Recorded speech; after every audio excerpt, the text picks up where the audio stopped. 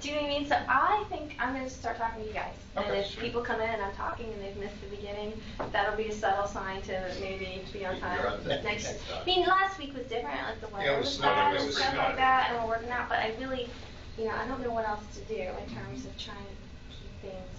Everybody's supposed to be here, though. Yeah. Well, there's Did I work out with Steve? I'm not so that Steve. I think Steve's not coming, but definitely somebody from his team was coming. Liz is not coming, but I didn't hear from Brian that he was not. I didn't hear anything one way or another from Levada.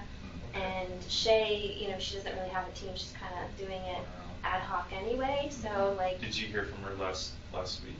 Shay? Yeah. Yeah, she couldn't be here for a reason. Okay. Yeah, I forget what it was, to be honest with you, because kind of, people tell me like, oh, and this one's coming up. I'm like, okay, hopefully your team can make it, and we'll all figure it out.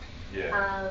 And it'll be one of the learning points for me. I don't know how sort of, it feels very school marmish to me to get on people about you have to attend every one, and you can't be late, and la la la, but.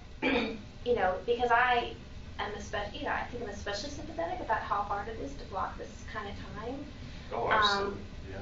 Yeah. But at the same time, you get what you get out what you put in, and here you guys are sitting. It's kind of not fair. You know what I mean? So I don't know.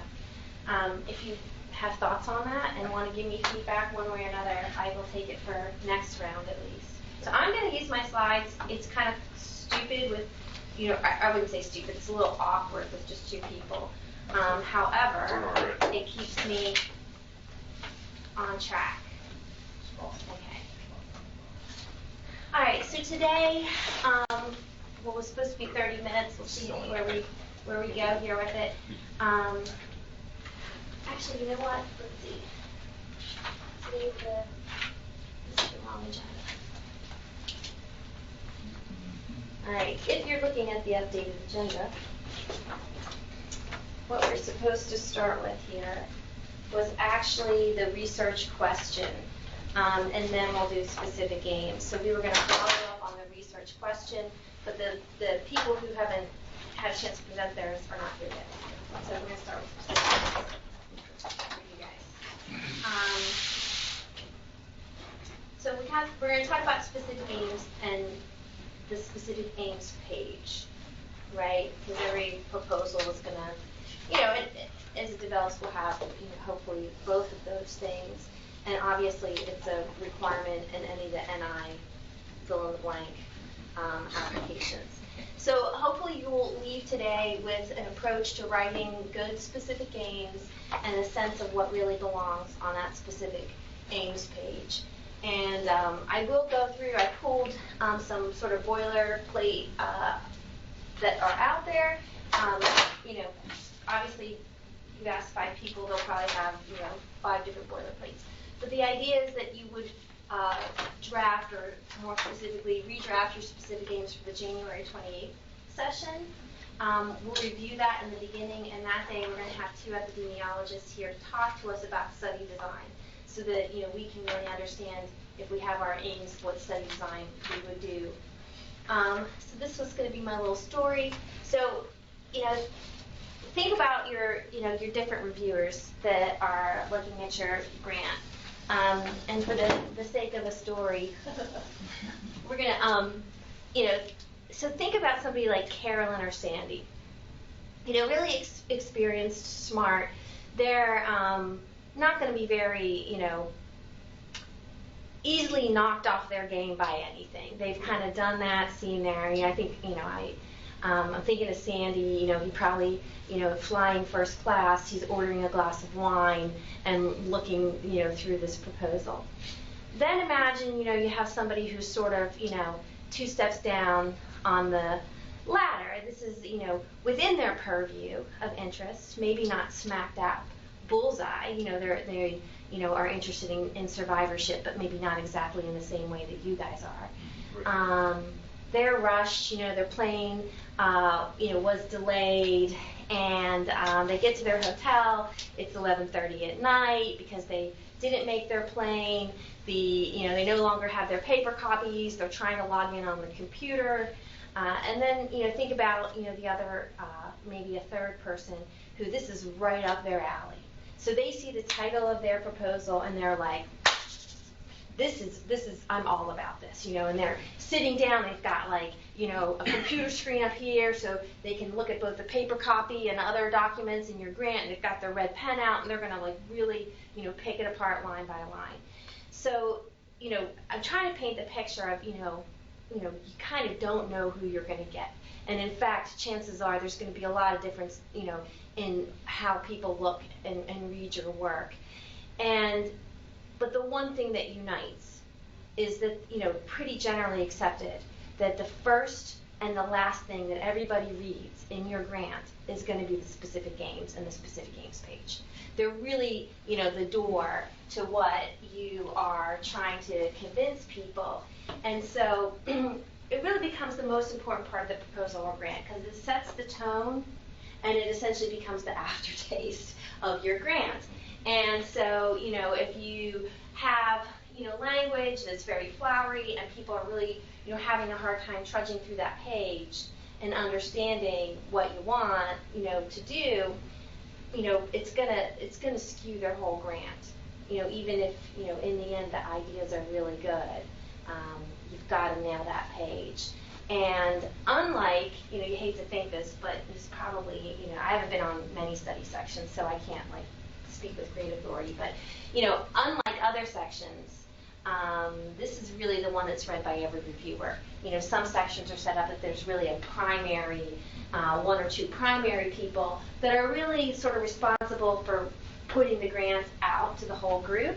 And those people will have read and maybe reread your proposal, as opposed to other people who are more peripheral, and you get, stacks of, stuff to read. So they may have only read your specific games page, or at least only read that one, with good attention. So just to refer back, when you think about your specific games page, you should be thinking about the NIH review criteria, which currently this is, the scoring that they do. It's the significance, the innovation, the approach, the investigator or investigators, and then the environment.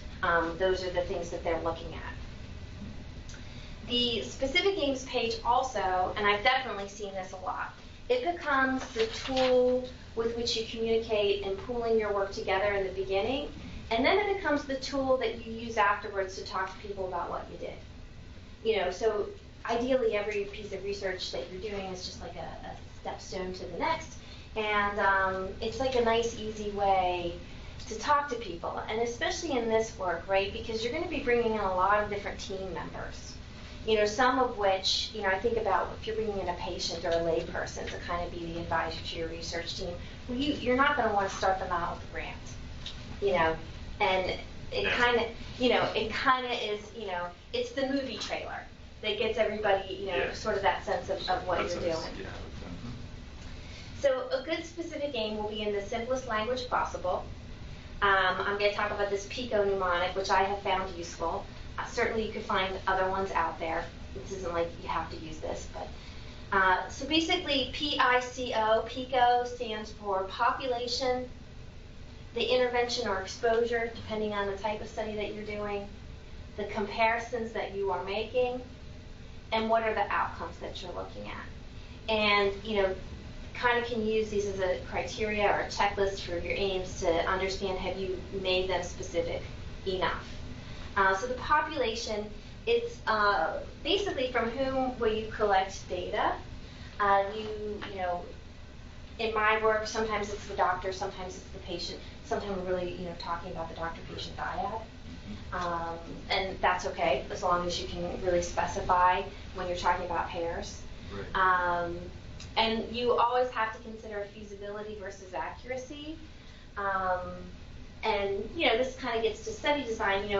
Self-report isn't necessarily always the best way to measure certain things. And it might be that and again, this is like easy to apply to my work, we might ask patients, what does your doctor tell you? Now, it might not be as accurate as if we could be in the room, but and people do this work where they analyze the whole video of that interaction, but that's really, a time intense. You're not going to get a very large sample. So it's kind of that, sometimes you'll settle for, measuring someone's perception of what happened as opposed to what happened, because it's just more feasible. The intervention or exposure. This, I was thinking about everybody studying here specifically, and for the most part, our teams, this is, more hypothesis generating, I would call it. So we're not at the point where we have an intervention.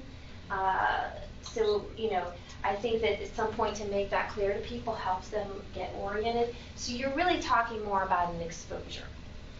Like, even as we're going through, like, the chapters here, in terms of, there's a number of really great questions around here. You're confident that you have all that sort of the right people on your team, and one of the things that we've been kind of thinking about is part of the actual process of doing this research is ensuring that those people are there kind of for the next time. Mm-hmm. So I guess that's where I'm still, because the participatory research always just seems like it's like one step back of kind of where they want you to be, because the whole part of it is to really sort of line up all these elements. So with this, like the hypothesis, exposure, intervention, it just seems like I'm just having a hard time fitting the CBPR into that model. Mm-hmm. And that's what the stuff that you gave from Carolyn last week was awesome. But I guess that's where I'm still kind of struggling. Like, I know for like the next thing, based on what we do here, the next thing will be this thing. I'm 100% confident. But for what we're going to do as this project, I'm still a little bit challenged. Should we just kind of be thinking that far ahead right now as we're going through some of this stuff, or should we be kind of keeping it to what we want to do with this project?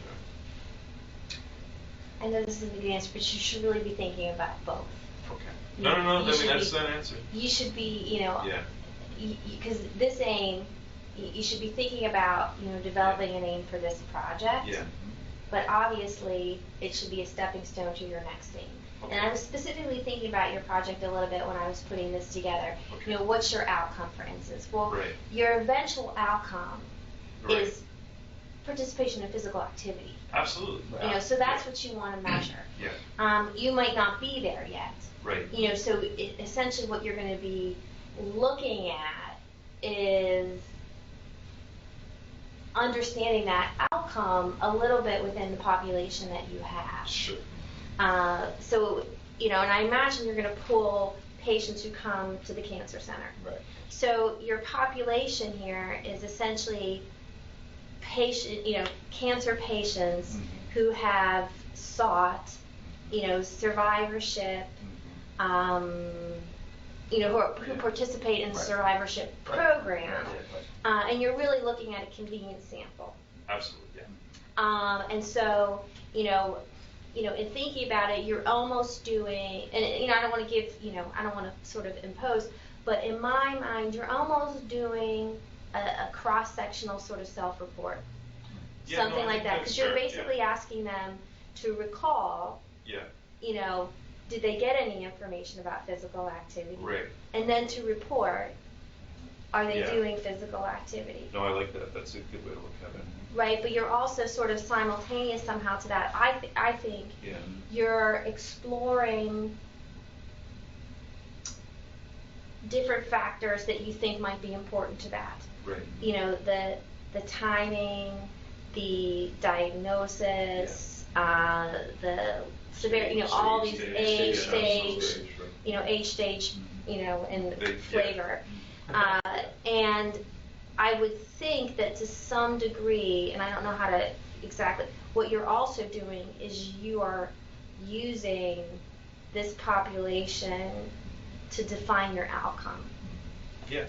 No. Right? Because you want to know physical activity, but it doesn't seem to me that you've necessarily nailed down exactly how you want to measure that. Right. It could be as simple, are you participating in physical activity, yes or no? Right. But you probably are going to keep that more qualitative at this point because you want to know, is yes or no really going to be a good measure for you. Yeah. You know? Yeah. And I think that that's the thing is that while these sort of the interviews and the focus groups are going on where we kind of get more of the contextual stuff, the idea, like sort of, you know, a couple of the ideas that we kind of had is, you know, so, you know, how is this how would this affect sort of program and implementation of physical activity across the state, across all these different sort of service providers? And then the other piece is the piece that, I mean, if we can sort of build this piece, then we really could take the state and the Christiana database, and we really could send out a very targeted survey. But to me, for this project, that was still even a next step. At one point, I actually had the survey part written in, and I'm like, when I was looking at it, I'm like, it's just too much for this one. We need to back that off. But that's definitely kind of another thing that we could do down the road. And I think what it'll do, and what we see with a lot of the participatory research, is that actually builds your recruitment sources so that when it does go out, it's already on people's radar and you can be a little bit more targeted in terms of how you're sending it out. So I think it would help for something like that in a lot of ways. Plus for us in terms of, you know, through Christian, if there is some sort of other piloting grants with them that we can apply for, because I mean everybody's talking about the community piece right now, and how do we do that with some value? But again, I'm still really, I mean, this to me makes a lot of sense in terms of the sort of cross-sectional self-report piece and the outcome piece, but I guess I'm still seeing it as like really, really qualitative. Well, and you know, again, I don't want to superimpose, but in my mind, you know, I would think about it this way: if I were like in charge of the world, and you said to me, if you walked into Novo and said, I want to do a survey of everybody in Delaware so that I can understand, you know, more about physical activity and cancer survivors, and you know, when they want, you know, information and when that information would be most impactful. You know, I would be more willing to give you money if you said, and we had done this qualitative study. Absolutely. Where we showed, you know, that this is probably the best way to measure those variables. So to me, you know, what I'm hearing, or the angle you might take is to say, this is our bigger goal is to develop a survey on physical activity that'll give us the information that we would need to then, even bigger goal, plan and develop interventions. And so then the aims become not, you know, develop a survey, but the aims become about understanding variables. You just, understanding concepts. Absolutely. You just absolutely did it. Yeah, absolutely. And that's, I mean, I think that's a good circle around too, because that kind of shows how it's an iterative process. You're kind of jumping between what you want to do 3 steps ahead. And, you know, and then, you know, if, you know, you go, okay, if I want to get to Z, what's A, B, and C, but if I want to go from A to B, what are the things that I need to do? You know what I mean? So you're kind of constantly being, what is it, deductive and reductive, you know, deduce, reduce, you know. And I think it's that reverse engineering piece that sometimes is giving me fits right now, because it's like, this is what it's going to look like, this is what we need to do to get there, and just kind of that going back and forth has been really interesting. I don't know, I mean, I don't want to veer too much off this, but in a way, that's that's the crux of the problem, isn't it? We have biostatisticians, which are probably the most reductive people that you have ever met. They they want to know what's the outcome, how do you want me to code it, and what are the predictors, and once you tell them that, they'll pick a statistical test and they'll give it to you without you know, any understanding necessarily, or how it All right, so sorry, thank you. That's very cool. Yeah, so I think the second bullet point for you guys, you know, thinking about the characteristics that you plan to observe, and you know, a hypothesis generating study. A comparison, obviously not all, especially if it's sort of the first step and descriptive. Sometimes you don't have a comparison. Obviously, from a research design point, and we'll have more talk about that. The more you want to talk about causality and interventions and stuff like that, the more key it becomes to have a comparison.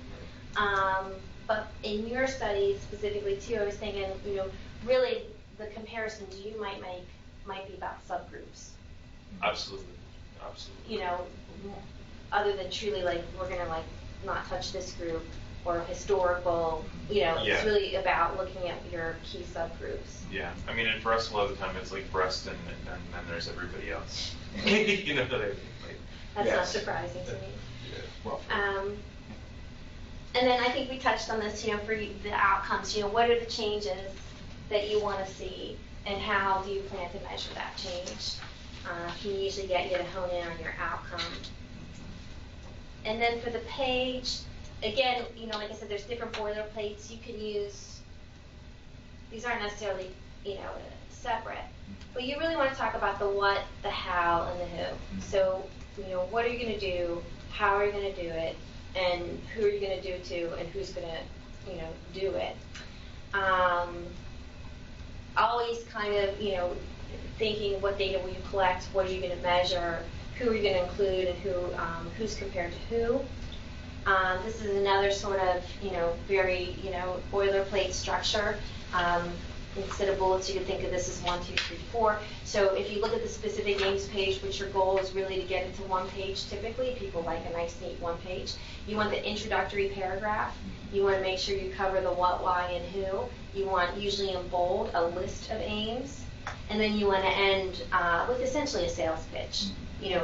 And this work, will change the world in what way? So to break down that introductory part a little bit more, you want to identify the gap in the literature or knowledge. You want to put out the objective of this particular study. You want to put any central hypothesis that you have or hypotheses, not listed, necessarily, but built into the context. And then you want your list of aims. You want to talk about if you get the outcome you want, what does that then tell you, and what are your next steps. So that introductory paragraph, you want to know that you've touched on relevance to human health. Again, brief summary of current knowledge, the gaps in the knowledge, and why should anybody care about this. Touch on the long-term goal. This is all pretty redundant. Objective of this proposal, what will be possible because of this work. And then this is one thing I've seen, some people include and some not. Why are you the ones to do this? Which gets at sometimes, I would say, in your case, and in community engaged research, probably the who is something that belongs here a little bit more, because often we're talking about bringing together stakeholders, including the people affected in a way that they're not usually brought into research, and or we're talking about one of the important steps of the research is moving into a more realistic setting. We're not doing this. We're not doing secondary analysis of the data that already exists. We're really going out there hands-on to where people are seeking care to understand. All right, aims do. They should be interconnected but not dependent. They should be logical and stepwise. You want 2 or 3, no more. They should be declarative. So this is just sort of a list of common words that would begin, the list of aims. I actually put categorizes in here twice, but otherwise those are all good ones. Again, this I've said before, it's the structure. So after the list of aims, the outcomes, and that sort of last paragraph, we're going to change the world. So, these are just some terms that, honestly you could just kind of steal and throw in there, and would probably lead you to saying what they want to hear. This is the first attempt to understand Delaware's cancer population's needs in relation to physical activity.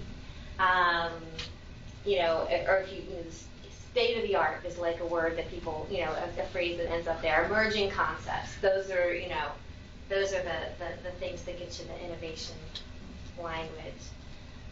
complete understanding of this important problem, understand in advance, the state of knowledge related to a problem. And that's about it for specific games that I have. Well, if you guys don't mind, why don't we all just come on up? Because otherwise it feels like, there's not that many of us. This spread out. This is Nicole. She's worked with me hopefully from now until the end of time. Sign your life away.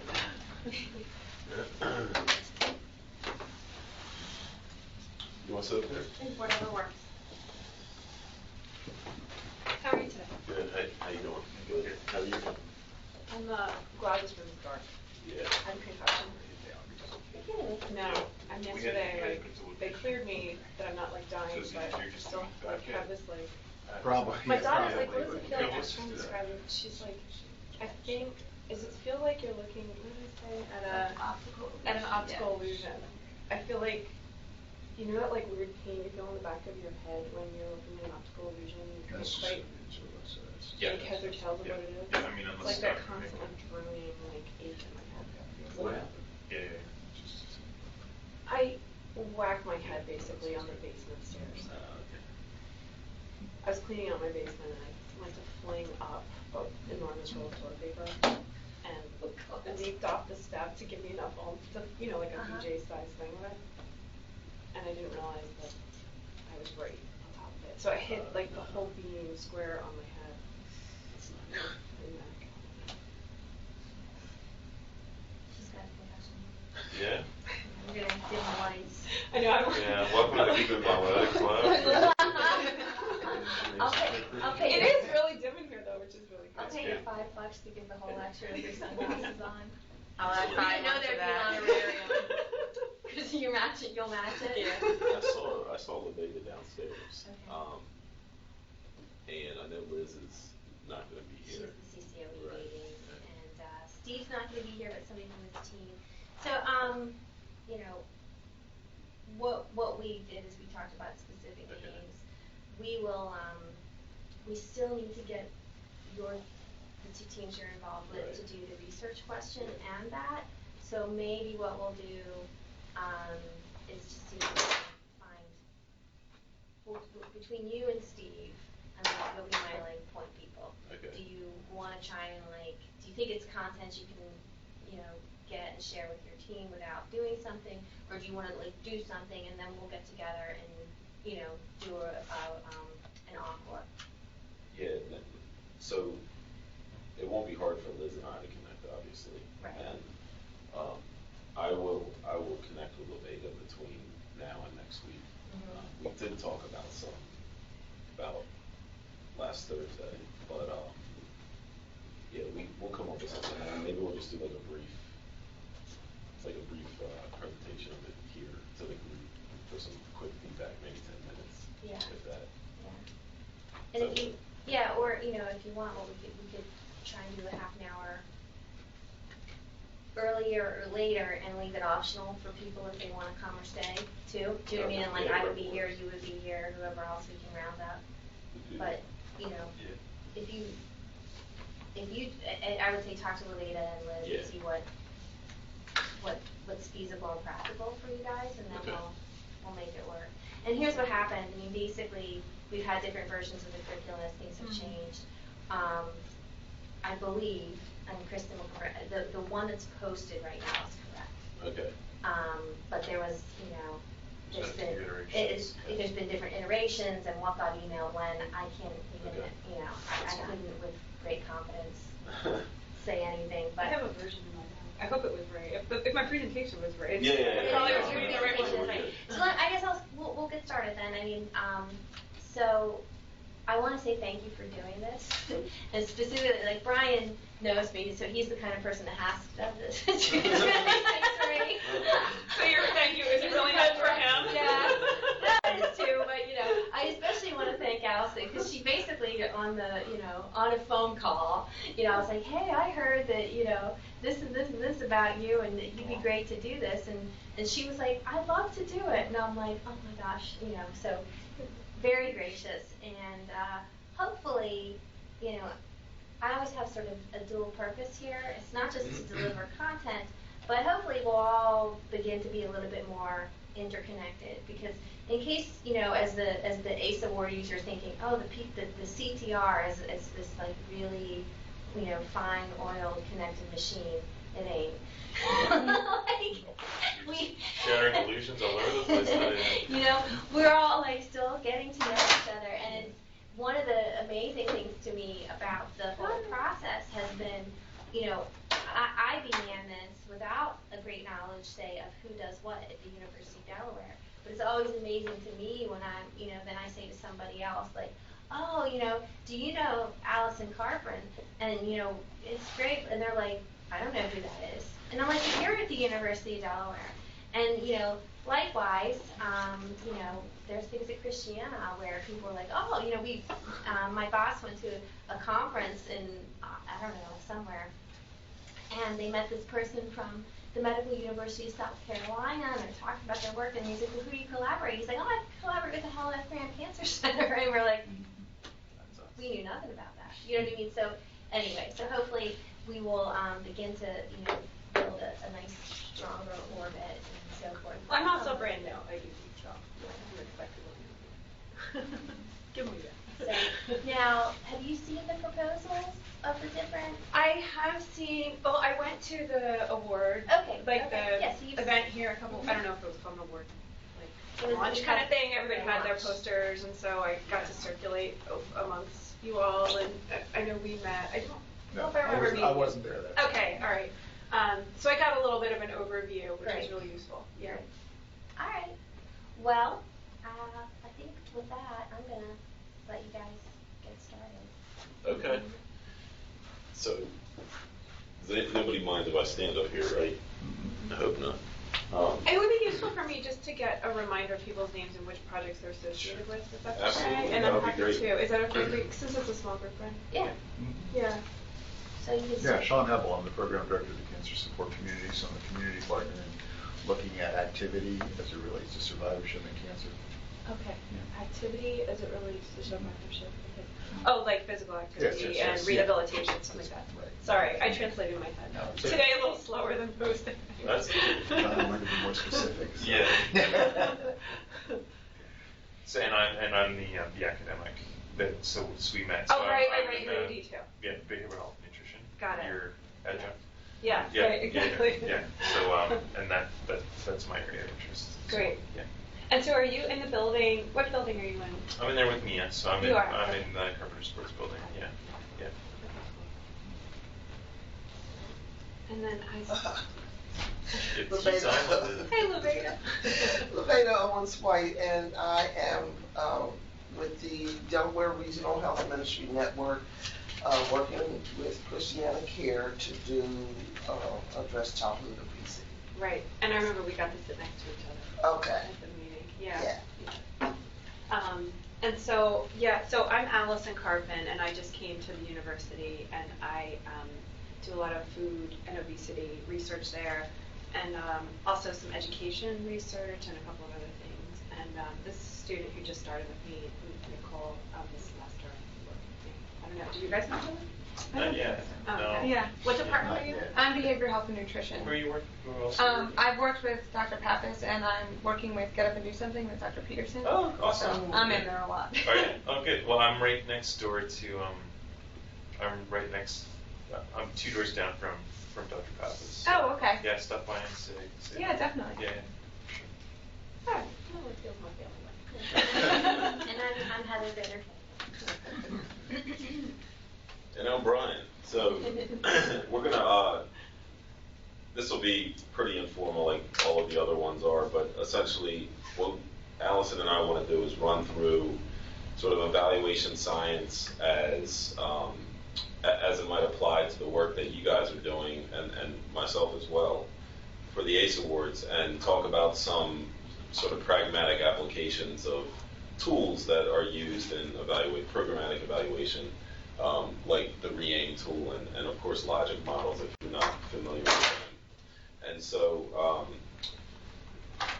with that, let's get going. So what, there's oftentimes a pretty broad spectrum of what folks might consider evaluation and how it relates to research as a whole. And some people might place, the circle of evaluation science in the bigger circle of research, or have them connected like a Venn diagram, or have them completely separate depending on who you're talking to. But, the definition for evaluation that I really like, it comes straight from the American Evaluation Association, and that's evaluation is a systematic process to determine merit, worth, value, or significance, right? So basically it's taking a structured and systematic approach to understanding the elements of your project or program and how those elements contribute to the intended outcomes of the program.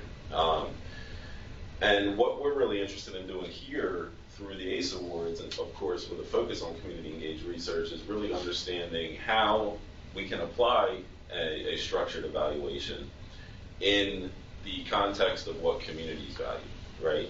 And so this is just sort of a bullet pointed list of pie in the sky things, the ideals that we might hold to community-based participatory research in relation to evaluation. And as you can see, it oftentimes will lean on the community that we work with, the communities that we work with, to be a very participatory element in that process. If we let people define health, for instance, it'll quite often look different than the biomedical model that we might define it as. One of the things that we all oftentimes, and our funders oftentimes have a problem with, is really seeing far, seeing the big picture, understanding that aside from tying, 1 to 3 to 5 year outcomes, oftentimes the things that communities are interested in changing relative to the impact on their health are 10, 20 year initiatives. Obviously, given the community control when and where they want it, agree on value before metrics. I think this is really important, and it's key when we're helping to shape a logic model, for instance, where we tend to have a selection of metrics that might have been utilized in previous research, or sort of gold standard approaches to evidence-based programs or whatever they might be. And oftentimes they could be contradicting what the community might say that they value in terms of those outcomes. So that's a negotiation that needs to take place. And just going through the list, ending giving credit where credit's due, that's always important. But what's the importance of frameworks, okay? When we talk about clinical and translational research, this is something that I found that I think is very useful in terms of understanding the framework for clinical and translational research, particularly as it applies to community engagement, where our stakeholders and sort of the approach that we use in terms of evidence and the validity that we give to that evidence is on an even keel here. And you guys can take a look at this later and see the details in it, but I thought it was useful in terms of being able to frame some of the work that we're doing here. So what do frameworks help us do, right? Initially, they help us really define, frame, and describe the issues. You can see in this little cartoon here. When you get down to the ability to describe, use measures and indicators or metrics, collect and retrieve data, how to manage that data, a framework is part of that systematic approach that the first slide talked about, right? And it's very important in helping to not just lay out how you think the dots are connected in your project in terms of what it is that you intend to do, but it's also very valuable, I've found, and I think others can probably agree, in helping your funders or your stakeholders or your community partners really visualize and see what that looks like. And Allison will talk a little bit later about logic models, and I think that's a really key element in helping to visualize that. One more thing I wanted to just say about Sure. the purpose of evaluation versus research. I don't know how much people have thought about this. I know you've thought about it a lot. But there's a couple like key things. Like one is that it has to have meaning for the program, right? So you're evaluating it not just for the sake of the big world, but also to inform that program. So Right. that looping back is really critical. And a lot of times, like I feel like, especially doing community-based work, like making sure you maintain that connection with the community when you're done about what happened and what went on and what the results were, and like that's the part that's easy for somebody who's already moved on and is into the next project to forget, but I think is critical for the community because they gave so much of their time and energy into giving your data, like how, like planning ahead that you're going to have that big celebration at the end, or you're going to have that midterm share of where we are with this, and this is what your data did for us, or this is the project, and how we've learned from what you've told us. I think is really important. Sure, no, absolutely, and part of that framework is obviously, you know, we often call it a dissemination plan, but you know, when you go back to that notion of making sure that you focus on value before metrics, I think that that's a huge piece of it, and we can pass these around. This is a tool that you guys can use that you might find helpful for parsing out elements of your project. And it's based on the re-aim principles. This is a framework that I think Larry Green had put together back in the 70s maybe, and it's had some reiterations and revamps. But essentially, these are the key elements of the re-aim framework. And what it does is it really gets you to define more precisely what those dots are that you hope to connect, right? So in terms of reach, how do you describe your intended target audience or population? And that includes both inclusion as well as exclusion, right? Because you want to be clear based on who it is that you're intending to work with in terms of, you know, outcomes, so that somebody else who looks at your program and perhaps sees the results that your program generated can say, well, is this applicable to people that I work with, or are there changes that would have to be made in order for this to be more generalizable for my population and that sort of thing. Effectiveness is pretty straightforward. Some people call it efficacy, but essentially it's really identifying the impact of your intervention on the outcomes that you intended. And oftentimes we overlook potential negative effects as well, or unintended consequences, and that's a key thing to remember, particularly in process evaluation. Adoption, how well was your program adopted within the setting in which you intended to deliver it? And given that type of adoption, does it make sense that perhaps after you leave, based on some sustainability measures, can it continue to be adopted there, or are there additional stakeholders that might need to come into play to help drive that adoption, or maybe even scale that adoption to a whole different level? How consistent was the implementation? And this is, you know, could have implications on validity and reliability of your outcome measures, right? Were there adaptations that were made? And this is key because when we're working in the communities, it's a very fluid process, and there's bound to be changes that are going to need to happen.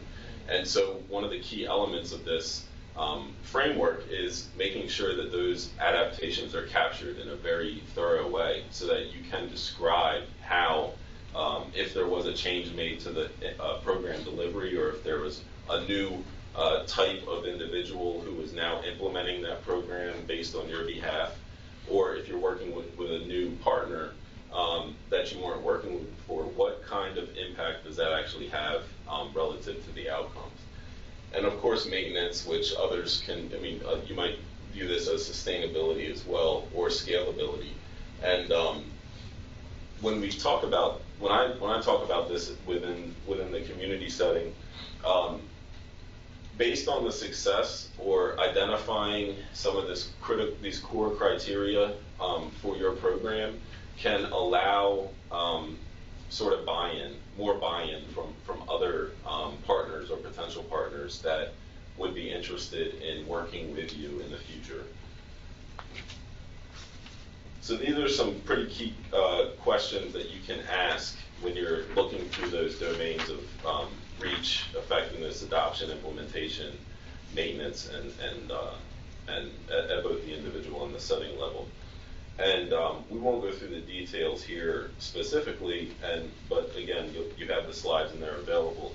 But some of the key things here, I think, are related to the differentiation between looking at this at the individual setting versus looking at it from the sort of more macro setting. And that's a key thing that I think every program evaluator needs to do, regardless of whether or not the program was intended to have an impact on the individual level. When we look at this, as many of you have, when we look at this through more of a socio-ecological model, right, you can't neglect to at least acknowledge the impact that it might have at those levels above the individual. These are some key differences, and I threw this in here just as more of a nod to the fact that we are trying to do community-engaged research with these ACE awards. But it's a basic description of the differences between participatory evaluation and conventional evaluation. And as you can see, some of the key things here. What's the role of the evaluator? Is it the expert or the leader, or more of a facilitator or a negotiator, somebody who can help bring constituents into the process, partners into the process to shape the evaluation plan? A lot of this is driven, as many of you know, by the funding, right? The type of funding that you have to do evaluation, which oftentimes is not enough funding. For many of the programs that we do, evaluation is usually maybe 10% of the budget, if that. And to do it really well, I think we need to reconsider, or at least acknowledge that it is oftentimes a resource-intense endeavor.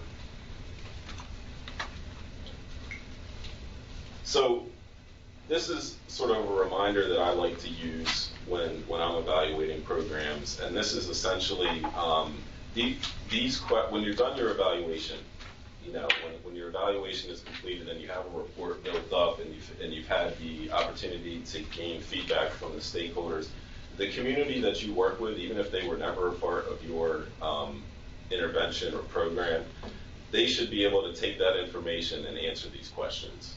It should make sense to them. Do they recognize the type of information that's in the analysis? Do they recognize the value of that information to their everyday lives? Does it highlight issues that they grapple with on a daily basis? And I think more importantly, does it point to viable solutions? Are there opportunities, and oftentimes, as many of us who might have been commissioned to do evaluation for programs before, you always come up with a set of recommendations based on that evaluation at the end. Oftentimes, if you read through some of these evaluation reports, some of the recommendations are just not viable, given the atmosphere or the setting in the community in which the program was being offered. And that sort of takes us to theory of change, and this is sort of the first step in the process towards logic models or putting that together.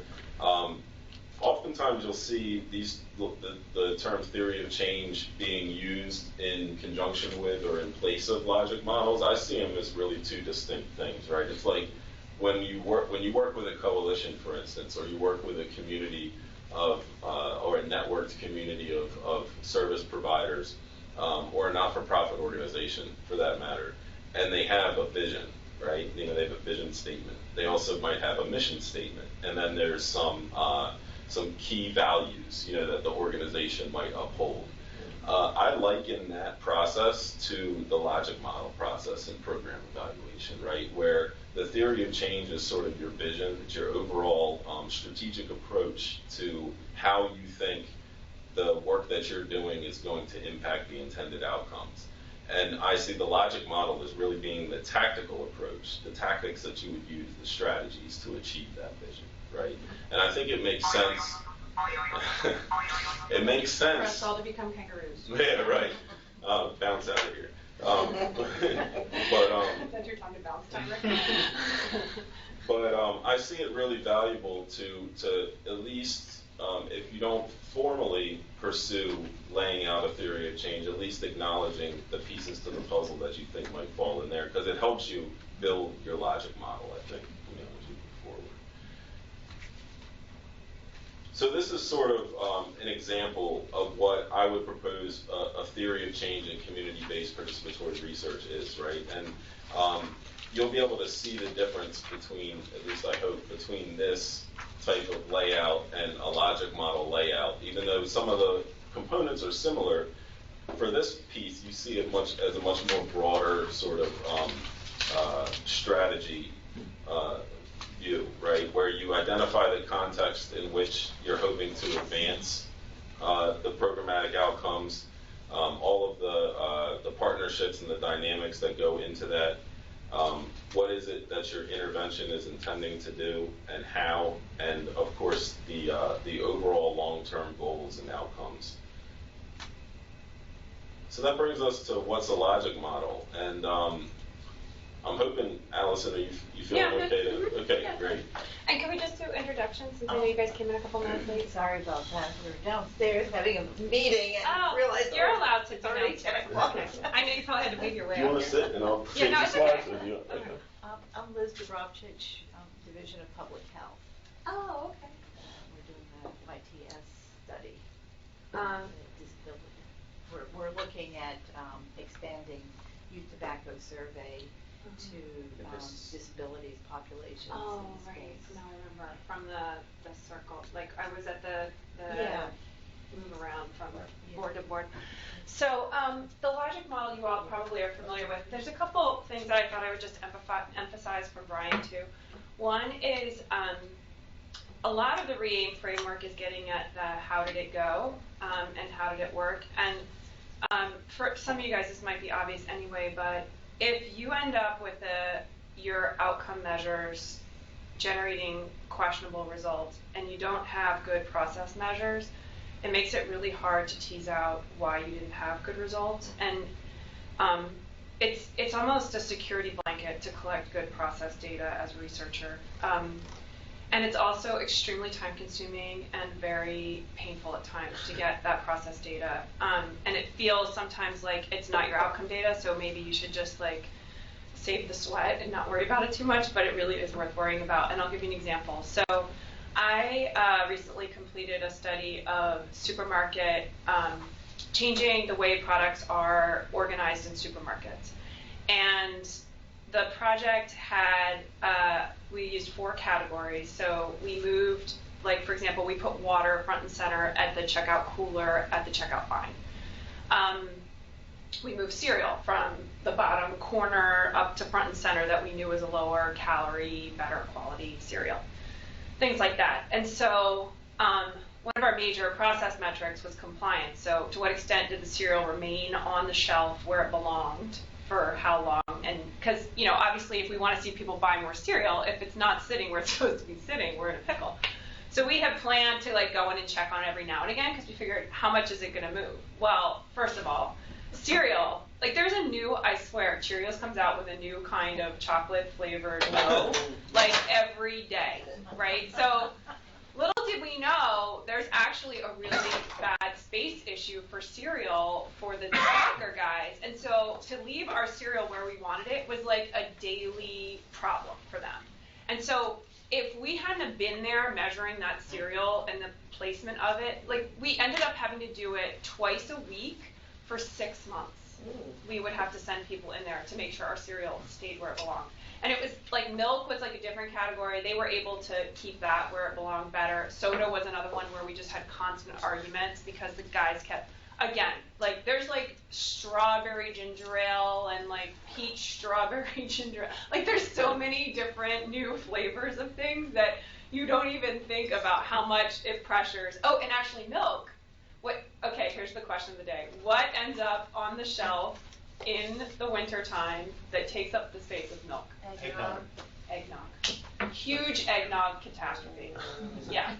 Isn't it the case, though, that stores get paid for by wholesalers and merchants about where they place their stuff? So for you to do it, you're fighting the industry and fighting the money behind it. I am a little bit. I'm strategically right. I actually got the store to fight the fight more than I fought the fight, but you're right. In times, we're really walking the line, for sure. So anyway, that's the importance of process. And then we could come up with a score, and we could use this compliance score as another level of variable in our outcome evaluation. It was really handy even to just be able to assess what compliance looks like. So anyway, and so some of this could go into your logic model. I know you guys are probably semi-familiar with the logic model, but basically the logic model tells you what you're putting into the system and what you plan to get out of the systems, and specifically, hopefully in as numeric a way as possible, how many of what you plan to do and how much you plan to see change in the end. So these are the basic categories that you would have in your logic model. Some definition, if you had a theory of change, you could sort of summarize it a little bit at the top. What the actual inputs are, especially if you have certain partners you're working with, sometimes it's good to specify that in there. Specifically, what kinds of activities you're going to do, and usually we say, we're going to do 10 of these, or 4 of these, or 3 of these, or whatever, so you try to enumerate them. The outputs are clearly, so the difference between outputs and outcomes you guys may know, but basically an output is the fact that you did it, and an outcome is that it actually resulted in some kind of change. So I could make 100 brochures, but maybe they're in Chinese and nobody can read them, right? But my output is that I had 100 brochures, and then the outcome would be terrible because nobody could read them, right? Or hopefully, the opposite will be true. But so outputs are typically the number of things that you did. Sometimes it's the number of attendees that came to your events or something like that. And then outcomes start to get at what change resulted because of your problem and your interventions. So logic models use, you guys have ideas of why they're useful?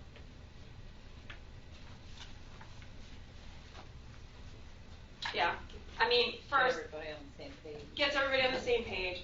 I mean, I found, you guys have probably built these too, when you build them with a team, it really gets everybody on the same page before you start too. So you can hash out like inconsistencies, like, what do you mean we're going to do that many of that? I thought we were only going to do this many, or, like that kind of thing. So I think the process of doing a logic model in and of itself is an important exercise, and then the actual document itself. And a lot of times we use them for funders, right? Circle back and do, be able to describe to somebody in a nutshell what it looks like, right? The other thing, so I don't know how many of you guys have been part of an evaluability assessment. I literally laughed out loud when I first heard that term. I'm like, so you're going to evaluate the evaluability of this? Like, does that make any sense to me? I'm not sure. So this was like, I'm not going to say anything is a fad in research, but it happened, and it was really hot for a while, a couple, like maybe 6 or 7 years ago. And there still is actually a very useful website called the Center TRT for Translation Research. Translation. It is called the Center TRT, though. I think somebody should do a study on the usability of evaluability assessments. That's what I'm going to do. Right, there you go. It's a student, Nicole. Right. Thanks for on that. So basically the idea is your, and you'll still see it come around, this term, is your research, is your program at the point where it has enough nuts and bolts defined that we could conduct a full-scale evaluation of it? That's basically the idea. So the Center TRT website has a bunch, it's program-based, so it's like programs, they've evaluated the evaluation results of these programs, they've kind of scaled them in terms of their evidence base, and then they also have nice links about, programming recommendations and stuff like that. So it's a good tool, and mostly around obesity and tobacco, I think so. So when do you create a logic model? Usually you start before you propose, but in reality sometimes we end up finishing after we propose, and you're supposed to go on and revise it as you go. So when you realize that 10 is completely not feasible, you change it to 5. The team is really important. We talked about that, and the key facts about the program. So you're going to have to have flushed out a bit about who's doing what, which seems like you guys are already there. You want the logic model to cover all of your components, and it's tricky, right? Because you don't want, I also emphasize the importance of how good it looks on paper. It's a marketing tool in some ways with the funder. So you can't have it be this wordy, sloppy looking project, right? It has to be succinct, but yet still communicate what you need it to communicate. And again, I always recommend too, I have no idea, this is not evidence-based, but putting the most important stuff you want the reader to read at the top, because I think most readers are lazy and they don't actually read all the way to the bottom. So I strategically order my stuff from top to bottom. Makes sense. So sample logic model, this is just very, very short. This is one that actually did come out of the Office of Faith-Based Community Initiatives. One other question I often get is about the end outcomes. So this is increased reading performance and improved grades is kind of the end of the line here. And the intermediate is that they're reading more books, and then an output is that so many number of children were tutored. Activity, you can tell they're entertaining a tutoring activity, and then certain inputs, and that there's both a great reading performance. So this is one great sort of example. Now sometimes you might see, like let's see end outcome. Sometimes you'll see it a little bit higher level, where this is about reading performance, but you might see that you hit a certain benchmark for a district or something like that. So like in health, we have like the 2020 goals or something like that. Sometimes you'll see people put the 2020 recommendation for, you know, reducing obesity by a certain amount or getting a population level change to a certain level. Now there's the Common Core standards in, you know, elementary schools. Right. So many kids pass the standardized assessment or whatever. Oftentimes that becomes a question for students because they're like, well, I'm not really going to be able to measure that in the time that I have allotted. Should I still put it there? And I say you put it there if that's what the funder seems to be wanting you to put there. And if you're not getting pushed in that direction, then come back to what you think you can measure. So this basically just articulates that you're starting with your goals and you're working backward. So a lot of times when you start this process, usually where people's heads are around activities. They might also be around need. So the idea is you don't have to do it in necessarily in order. Obviously in the end it's got to make sense. But you might start by jotting down the activities you plan to do. And you obviously know what needs you have, hopefully. And then the end outcome is usually also one that in the beginning you can put in there because you know the purpose of the funding that you're trying to achieve or whatever. And then you kind of fill in the blanks in between. Some other useful thoughts. I'm not sure if it's in here. Yeah, so here's another slide about going back and forth. If this happens, then what happens? And then if we're going to get here, how do we get there?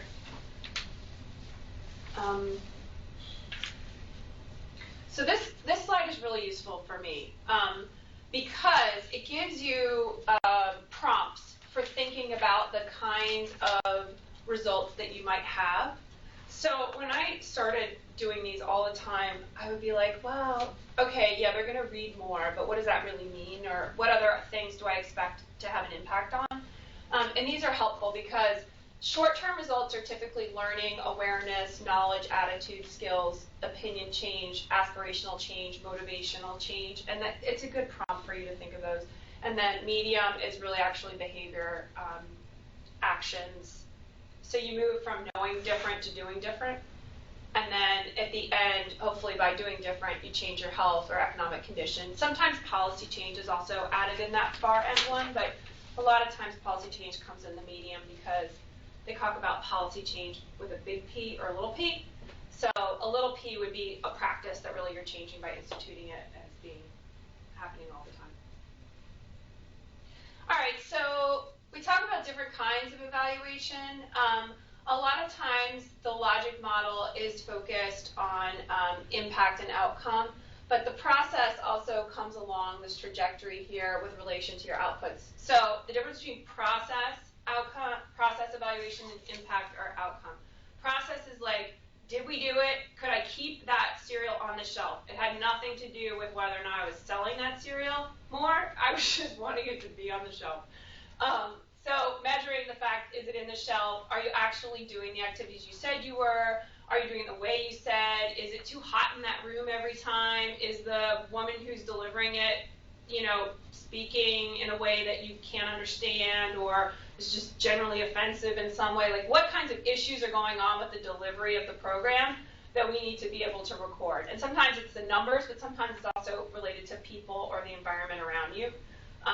One time I had to do a program in a warehouse, and it was right when the trucks were always, delivering. So you would hear, me. Breathing into diesel fumes. Yeah, it was pretty bad. And it was cold, too. It was in the winter, and everyone had their coats on. That's what happens when you work in food, emergency food, but this is the thing. Anyway, that would all be process evaluation. And then outcome is what obviously is changing here. This is another example one. They don't always have to go left to right. Sometimes they can go top to bottom or bottom to top. So here they mixed it all up. And there's a great handbook for logic model by the Kellogg Foundation. It's sort of one of the first comprehensive summaries of how to create a logic model and why it mattered. And Kellogg put it out, and you can still get it online. It's called the Kellogg Logic Model Handbook or something like that. So this wasn't my slide, I think. Yeah, sorry. No, it's okay. This is just to juxtapose the theory of change for community engagement in clinical and translational research. That was more broad that I had presented before. This is more of the logic model that would be associated with that. So you see more of the detail, you see more of defined descriptors related to what your outputs and outcomes might be. And again, I think the two can complement each other. And like Allison mentioned before, oftentimes on logic models, you'll see a brief description at the top of them that might give an overview of what the theory of change might be for that particular program. So this says context, social economic, policies, trends, historic, degree, collaboration, and trust. And then under group dynamics, structural dynamics, so what kind of diversity or complexity, if you have formal agreements. Individual dynamics, the core values, motivations for participating, what kind of personal relationships might be cultivated. And then relational dynamics, safety, listening, leadership, influence, flexibility. And then under here, intervention and research design. The intervention is adapted or created within the culture of the local environment. Intervention is informed by local settings, shared learning between your academic and your community knowledge. Research and evaluation design is about a partnership input and bidirectional translation. And then under outcomes, community-based participatory research system and capacity changes. So what changes in policies or practices resulted, both in the university and at the community? Oh man, can you change university policy and practices? I think that might be possible. Culturally based and sustainable interventions, changes in the power relations and basic empowerment, and then cultural revitalization, and then in the end here, health outcomes, just because you're probably squinting. All right, and that's me, and how you find me. If I can help, let me know. And Chris, so we have this on the website. Yes, Everything. everything's on Yeah, the some of website. it is pretty detailed and hard to read, both on the slides and here. It's not avoidable. That Yeah. there's a lot of detail. So you might just have to look at it, the numbers. But again, I thought we might take some time now. Does everybody have the Re-AIM planning tool handout? If the groups want to take some time to work on these, I think it might be helpful in sort of laying the groundwork for the next step of perhaps creating a logic model if you haven't already done so.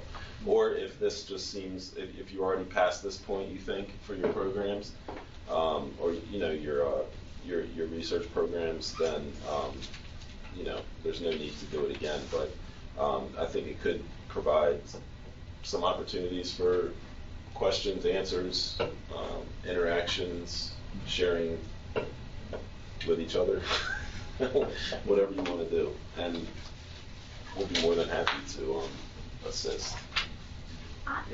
I would think that very few of the teams have had a chance to work through a tool like this together. No, not yet. Fair? Right. Does anyone disagree with that statement? Okay, speak, anybody?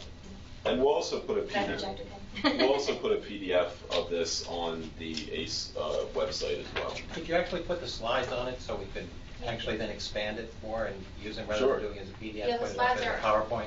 Oh, I'm sorry. Yeah, the slides are on there as a PowerPoint. It's a PowerPoint. Yeah, but I meant this tool Okay. in particular. Do we have a good amount of time to do interactive work? How long do you want to give the teams? Do you want to pair with, different, maybe pair with different teams as they work through? Do we want, how do you want to parcel out the time? I think everybody agrees it would be useful for the board to work through this. We have potentially you, me, Allison. Yeah, we can pair up with teams. To pair up and carve out. How do you want to do it? We can pair up. You want to work with Leda? Sure, Or I'll she work- has to work? I'll work with the data. That makes sense. Okay. And then Allison, I'm thinking, And then switch here, and then I'll bring us in on the table. I'll just come to the right and rotate. Yeah. Hi, how are you? I'm good.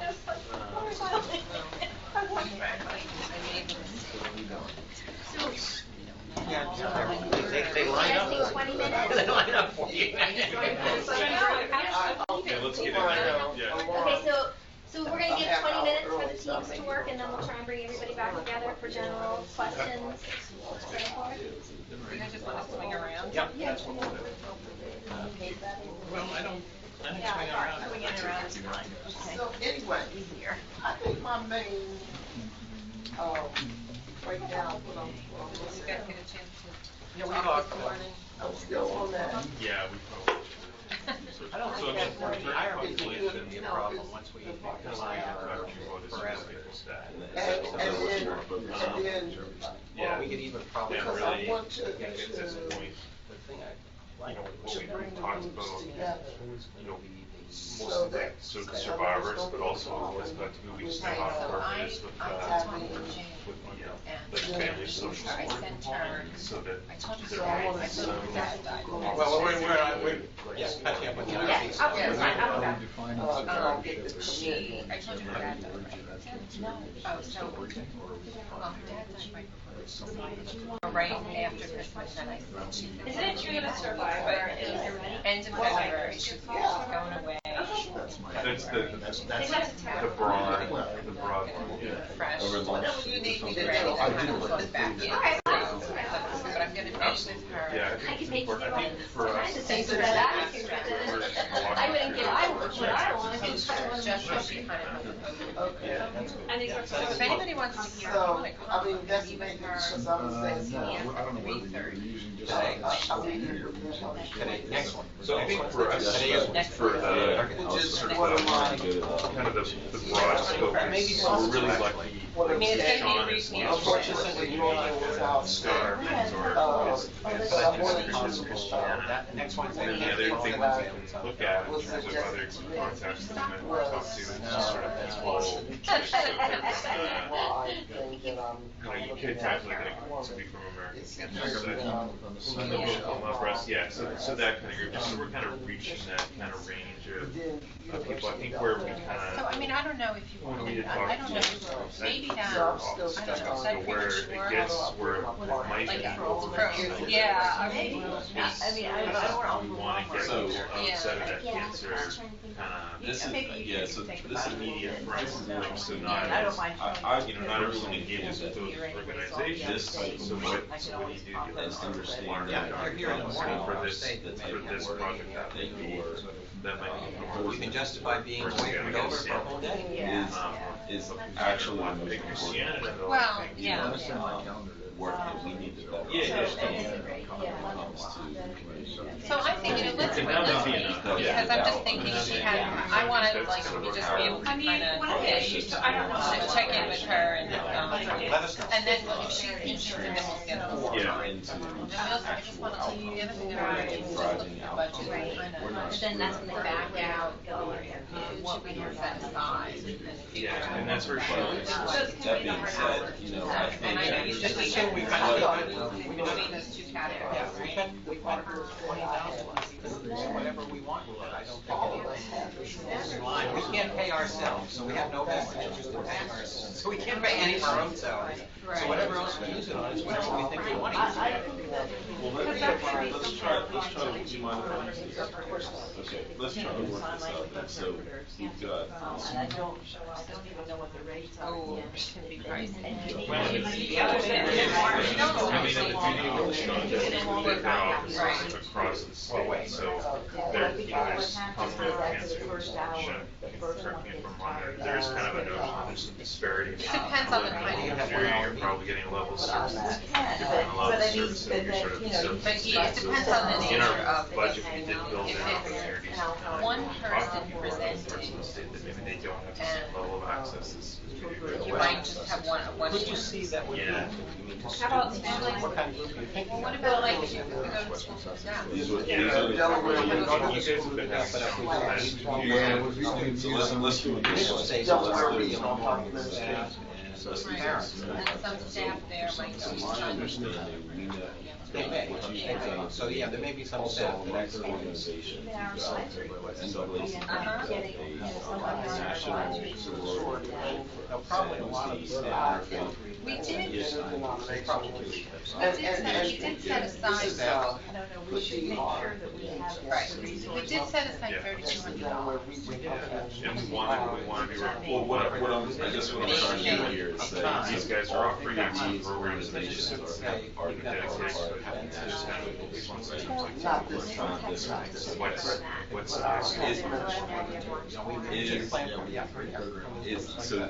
is this specifically a regional Yes. partnership? Okay. But bigger than the state is what you're saying, like in terms of what they're interested in doing as a. This is our Facebook. That's why I was just looking at what we set aside. And that's Right, but it goes beyond. This way, Oh, yeah. right now, Yeah, it's that's like what I'm a saying. survey, distributed. And so, and your, interest, Delaware, the way that you kind of run it, Well, or if we do like a miscellaneous have rate or whatever. some common interest in what we're doing. So let's say, There's We could sort take all, of we could take all of the money. almost a national. Put it in. I don't think I think it's a false stereotype, but there's almost this false stereotype now But it would all be. for the breast cancer survivor, the Do we mass but we have your some Google University in nutrition and fitness, and she's at everything. That's certainly not a 20,000 divided by 1. and I think those are 7.9. in That's how much. Delaware. Yeah, figure out what the, I don't know. Like, obviously, there's chapters that are associated with. But we also want, So you've I got. mean, we also want to this set as a, aside, as an, I'm trying to look at sort of we scale wanted to set and aside scope, some right? money, and I In think terms that's what of, the community collaborators was. what like, the if we got interest, ideas, what, like, how the interest might be. Yeah. These organizations. I mean, we try to have a So, educational you got the NAACP, so that like local So we level, have are they for- county chapters? cancer, or Is that, folks who come because they need we have money there. so there's still 3,200. some, Yeah, we get the 3,200. That's a good, totally good. Usually, they just bill you the hour. Well, that's what the miscellaneous wage is. Yeah, we can, miscellaneous wage, you get something. And depending on the population, You can set whatever hours you want. more exotic, the more HR, just pay them the hours. the folks that we, they generally just begin with their. How confident are you? Or, you know, 2 interpreters for 4 hours at, you know, $50 an hour. Yes. Right, Yeah. so that's sort of what I'm getting at, is trying to break this down, you know, like those little nested dolls that you might see with a small. And that's pretty much. Oh, yes. No, It's it's okay, because that's exactly the question. I mean, some people contract Where the independently, key sometimes they're stakeholders, done what are the independently, services that but are out there? most recently I've been Individuals doing a that service radar, and then they do the calling, what are right? the And they your find somebody, find. specific, I mean, they have a and not team of everybody people who they work realizes with. you know what I mean, so, all cause disease mortality. and this is good, so Cancer. Okay, so. at the broadest, And I want to tell you, you've I did identified talk that to, all of these organizations, organizations the have CEO partnerships now at with and an she's interest sending in, me, she's 22%. sending me some Ever goes back to their And time. so that is an explicitly When she's stated available, goal, so I'm just waiting to or hear back has from been her. a stated goal of theirs. You know, Sort of looking for, I And mean, I so started telling you, just telling you what I'm that's saying about, I didn't mention Mary Ann. recurrence in terms of what's the Yeah. you know, is You know, do but I some think she'd be originals, helpful just with what there, type toxic. of resources, There's, giving us an like, idea of what that the, time, what information effort, they for have, instance, sort of like that that these perspective, but also in organizations terms of put strategy. towards cardiovascular moving deficit. I that don't think, because I was disappointed with that they had had the correction before. Okay. So they're really looking at the national level and saying, you know, how we can do it and working at it now. I feel that I can drive, narrowing that down, because we can't do everything. and that's what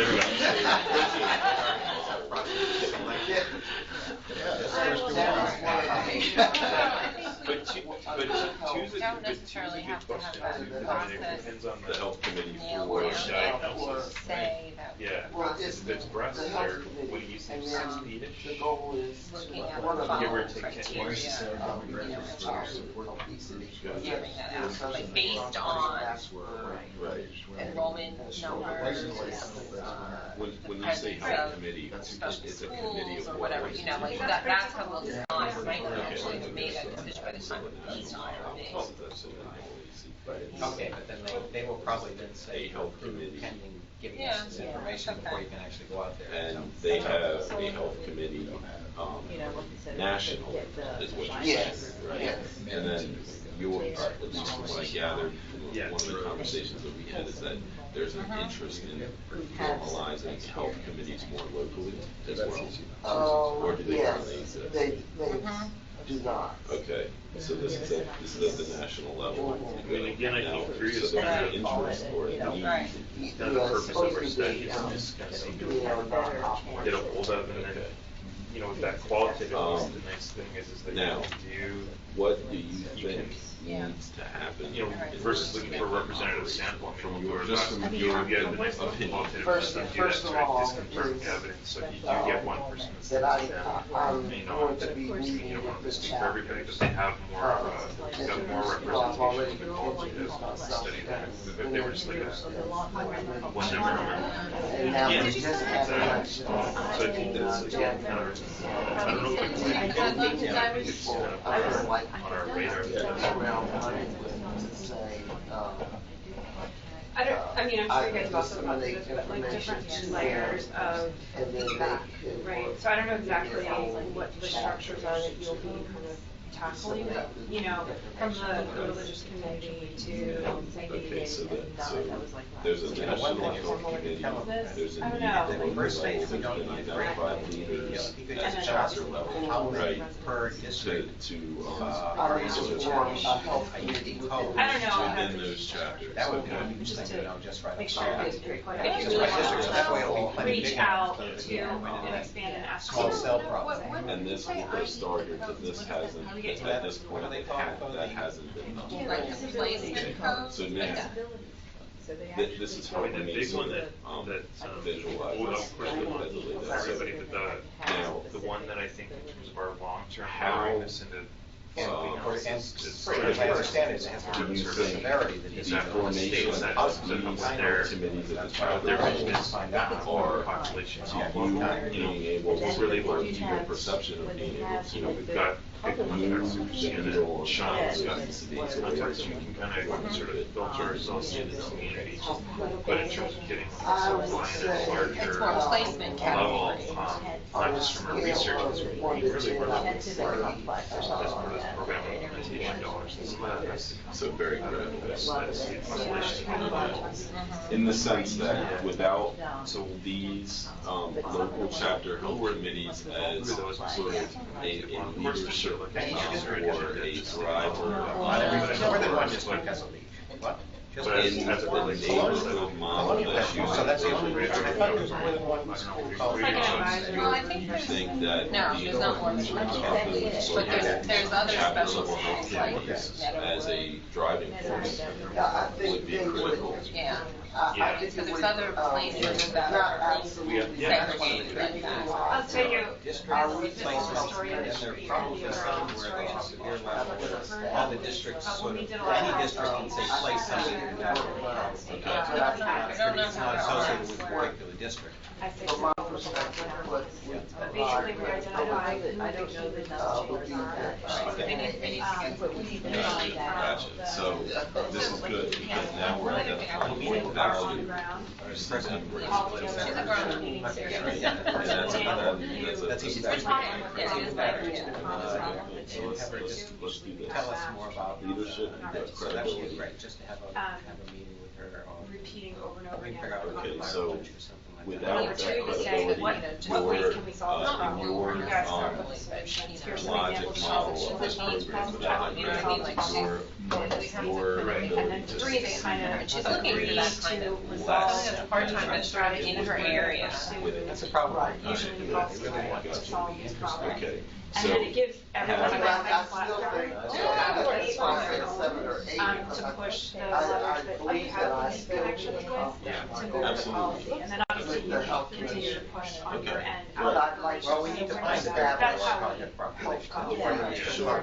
It's specific. I mean, we know in a it's broad specific, way. exactly. But so that, So that for- data, I does think that data have any somewhere with this. Well, we demographic mean, characteristics? initially, we So- did Does some it sort have of a key stakeholder It almost- meetings so it towards the sounds end of the like process that- having Now, some you already have, sort of focus groups that action or buy-in at the local level from the SWORD But as as well. part of that, So you did, so these two, we've So, got. but I would say So that we're the data putting that it you already really have. The other thing that we two organizations are already in some way, Sure. ready to, or if they're not already, sort of other published. issues Oh, were well, incredibly actually, important, but not To so tell you how many potentially disabled, they'll tell you. Right. Some stuff about. So they have- demographic breakdown by school, So but they not have against the, demographic breakdown by the they have the disabled. infrastructure here or to the, talk about supermarket, and we can take on let's say farms next volunteer time. days, Right now, we're talking they about- have the So you guys want to means specifically focus on actually cancer survivors Yeah. and their I was hoping that the that's nurses what would that's be able about. to Because I'm provide. sure it looks just like all ages, there's a lot of intersections, Right. people And with so their own agendas, and you don't want to in this partnership, But I think it's, the but I same think way it's that we important to identified capture sort of that. credibility as being And then the end, you a have to have a significant We do see factor differences. glossy something that says, here's the problem, you know, and you the- always have on the front page, everyone who's part of the process, their significant bio, factor of title, partnership example, And by gender. the letter from somebody who's Place where working we're playing, we've on identified page what two, would be and then at the right. end, So I you think have what the keeping infrastructure that is. as part of the demographic profile would be Right, important.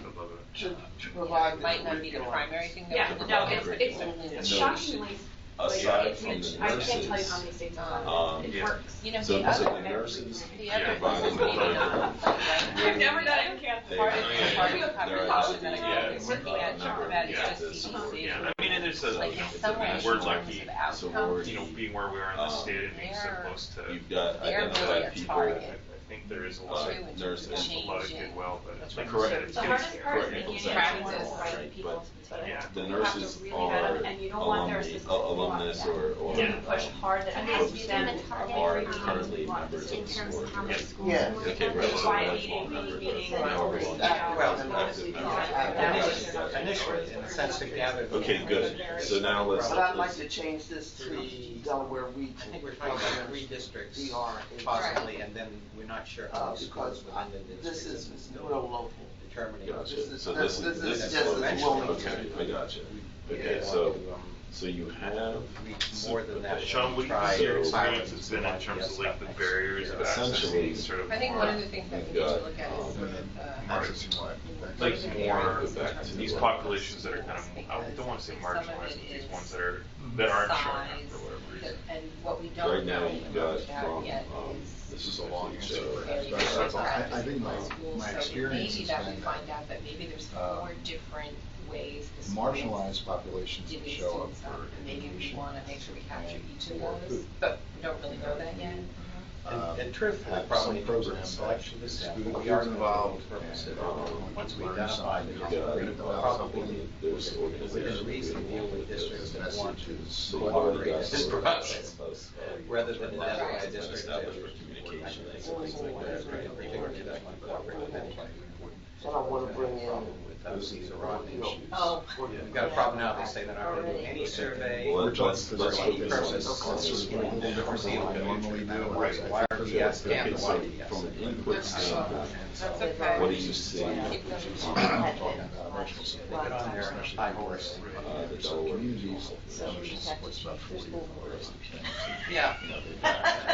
We can put them on, change the Setting. competition. So Or these just like our- Yeah, all these So do we have, we do have a, Oh, yeah, by the we do way, have a rough number of how many Yeah. kids But with- As far as special ed. We don't know how many of them are not. The kind of work, maybe like do some exercise. That's what we don't know. We know. We know how many are potentially have disability. I think there's something classifications. I'll find you where it is at. So that's, but to me, that's getting them in the room. Okay, so you've got people, places, Food and easy stuff to chew. In the school. as Figure, far yeah, as. clearly, and So, okay, so I think we're. you're running excellent fitness classes sort of the From state. an input standpoint, In the, if we've like, got. so we know which ones are the regular schools. So, they're wired. So, like, we'll say, is there a difference between the people that attend your fitness classes versus the people? Well, we don't know if that they're in a sort of the- separate classroom or if they're in a classroom. And then excluded classes. Okay. Yeah, that's so part let's of our- see. So here, from an input That's part of our standpoint, we've got, goals, Right. when our target.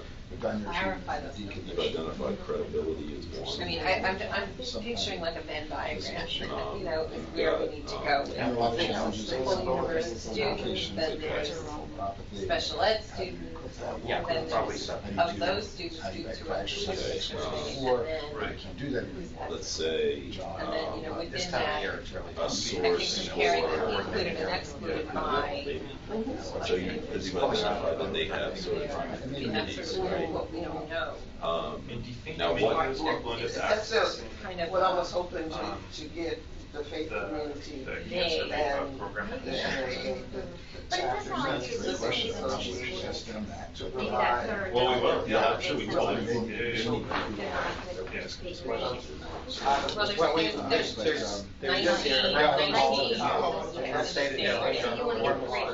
three. Yeah. You wanna get three, we probably Not not only the the target population is looking at, but the Yeah, whole and- congregation will be able. And then the other thing. Christiana has a, and it's actually really novel, not many, surprising. And support. Sort of District district level. Process, actually, Yeah, sort of yeah. cancer research And there's certain program, places. step by physical therapists, but they can get access, So you this- know, so this is good. So- for like lymphedema or whatever sort of Given, Yeah. mechanical thing that's going on, there's a fitness. given that this Component piece involved. of the puzzle. From my understanding, that we're commercial trying to interest, get sort of a Yeah. formalized But really, local you want health Yeah. plan from, you know, from. And it's right is a work in progress. I wonder about, and I don't know that much about your background, like the issues of, And In some ways, like so having buddies and stuff like that, where we've you, identified like, who are co, I know that's one way that having general that be a part of the process continuing with is a relatively Doing a important logic model. piece from Yeah, your I'm taking that with somebody or the other person. What do we need to do, or should the focus be then on The other thing I was just thinking about. having this no longer other be a work in populations who progress, are- but I know have it's it be a functional Is tying it to something partner else that we in hire on their employees. setting Right, the so I think of like programmatic agendas Well, I think- for immigration I status think or what's- sometimes. Okay, so we are at the 20-minute mark. I wonder if it's a couple Then I think that those would questions about out that. I think it'd be really helpful. okay. Figure out a regular on the health committee. you know? Like, I just wonder if you're talking to people, like, what are the top issues that concern you of all in your day to day? We're gonna give you 1 minute to wrap up, and then we're gonna bring the group back together to talk about. Is there an opportunity from your perspective It's not the number one problem. What have you done, kind of gets them in the door? Well, so what we in did, the formal establishment of the local committee for whatever reason, this is what to have came to mind for me. representation We had a lot of trouble with going to of authority as well as them about things that they would never come to. Next Wednesday. meaning Well, I as set a it up. as So, I'm not familiar with the it's okay, we've heard you require think the eligibilities to be on the committee first. It's like, do they have So we to? would either do a trip. No, preferably, right, so let's say. And we would that's teach them about whatever it was they were already, studying. yeah. Or we would do these But like as 5 far minute in and as- out, so we would So what I'm set saying up is, so a table as a you have report you got a for your president, kid. you have the local. And then the other thing is, we PTA would chapter, we would those elected get That's the the kids to meeting. do a That's performance, the and next then all the meeting's up. parents and grandparents, whatever, were in the audience. Oh, okay, so one parent So will just have ultimately, parallel. I guess my question is, how feasible is it? And maybe These it's testing big ones different that things. A lot of trial and error. each of those help Yeah. have different. All right, so we have, so these meeting dates, Each of can I those, send you a meeting that you invite have for representation as a member of that committee. like Wednesdays and 11 each to of your 1? authorities. We want to. That's Alright, what time out, everybody. Yeah. Time out, time out. All right, so I'll send you a meeting invite and then you're on the calendar. So we have about a half an hour remaining where we can work on re-aim and logic models. The plan was to kind of bring it together as one big group. I would let Allison and Brian lead that. Does that seem still good? I don't know how far you got in your groups. Did you get reason? Are we still working on them? Are you still on R? Is everybody still on R? Really? Yeah. Well, maybe that's what I was wondering. Like informal both end. Would you want to come together as a big group, or would you rather have the time to continue to work in your individual teams? So take a moment and contemplate the question. It's, do we all come for a group discussion? Do you feel strongly either way? I don't want to usurp your. No, I mean, I'm not him, but this is useful for me. Like, I feel like we're discussing a lot of issues that are at the core of these questions that Right. we didn't come to resolution on, but it's important to raise. So I don't know. I mean, we could also talk about the issues that came up in each of the groups as sort of a prompt for other people to think about something that maybe we didn't think of. Let's start. Let me start then with Allison and Brian in charge, not me. Do you want to open up the possibility of letting the teams continue to work as teams? I think that's reasonable. Yeah, I mean, I think we're making some good progress. Okay. And it's definitely helpful. So that option remains. Then we're going to just do a casual show of hands for everybody. Your preference? Do you want to keep working with your team for the next 30 minutes on this exercise, or would you rather pull together for one big group discussion? So I'm about to ask you to raise your hands and choose between those options. Those who would like to continue to work individually in their teams, please raise your hands. Okay? You don't, Either all right. way. Either way, okay. I didn't see, so wait, once again, do you wanna continue working your teams individually? Raise your hands. Okay, so 1, 2, 3, 4, 5, and, okay. Any idea, Sean? I would imagine Sean would be a proponent of the team. Sticking with the team. Yeah. Okay, so let's do that. I mean, another option is to, like 10 minutes and then just kind of a quick summary from the group Yeah. at Well, that's a 10 good idea. till, and that way we get a benefit of hearing maybe Everything. something different. I like that too. Okay, so do you Let's do that. Just, do you wanna make it even 15, 15? That sounds great. Okay, so 15 minutes more to work in your teams, and then we'll wrap up for 15 minutes with everybody. Sure. That we just came up. It's okay. Yeah, okay. And I'm sorry, I have to turn the phone back on the sound back on my phone, so when the timer goes off, I hear it, which means you're gonna hear more boing, boing, boing. I get the update on my entire family's gastroenteritis. Oh, no. Sometimes it's important, the boing, boing. Sometimes I'm like, really? I'm good without knowing the blow by blow here, guys. So, all right. Understand more about the ones that we're not talking. To understand more about Okay. this. So getting back to, But I like as this far as, back in the Right, so midst of sort this, of, we I think established you it want applies to to us script right it. now. what sort of what the Those are makeup not, of that's these- not this who we is want the- to read it, what- because we we want put to, at a we need different to level. describe the Committees. universe first. Yeah, like kind of what our, kind of, I mean, And just the kind of what makeup our will overall be, objectives so are. you would want the president, the local president? No, I would, And I think the things that we've I'm talked about just, is, approaching them.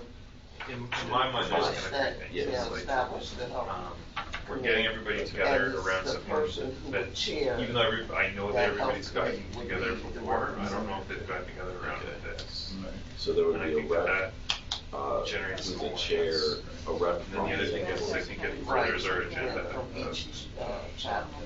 sort of, And development we've got, programs and we've also got representation. some revenues and insurance, Right. whether that's, you know, sort That of, would be operational dollars or bodies or. programs and power. We can do that today. That's all the way down the line. Yeah. I don't know, I guess, Yes. since they haven't been doing it, it's a new innovation. Yeah.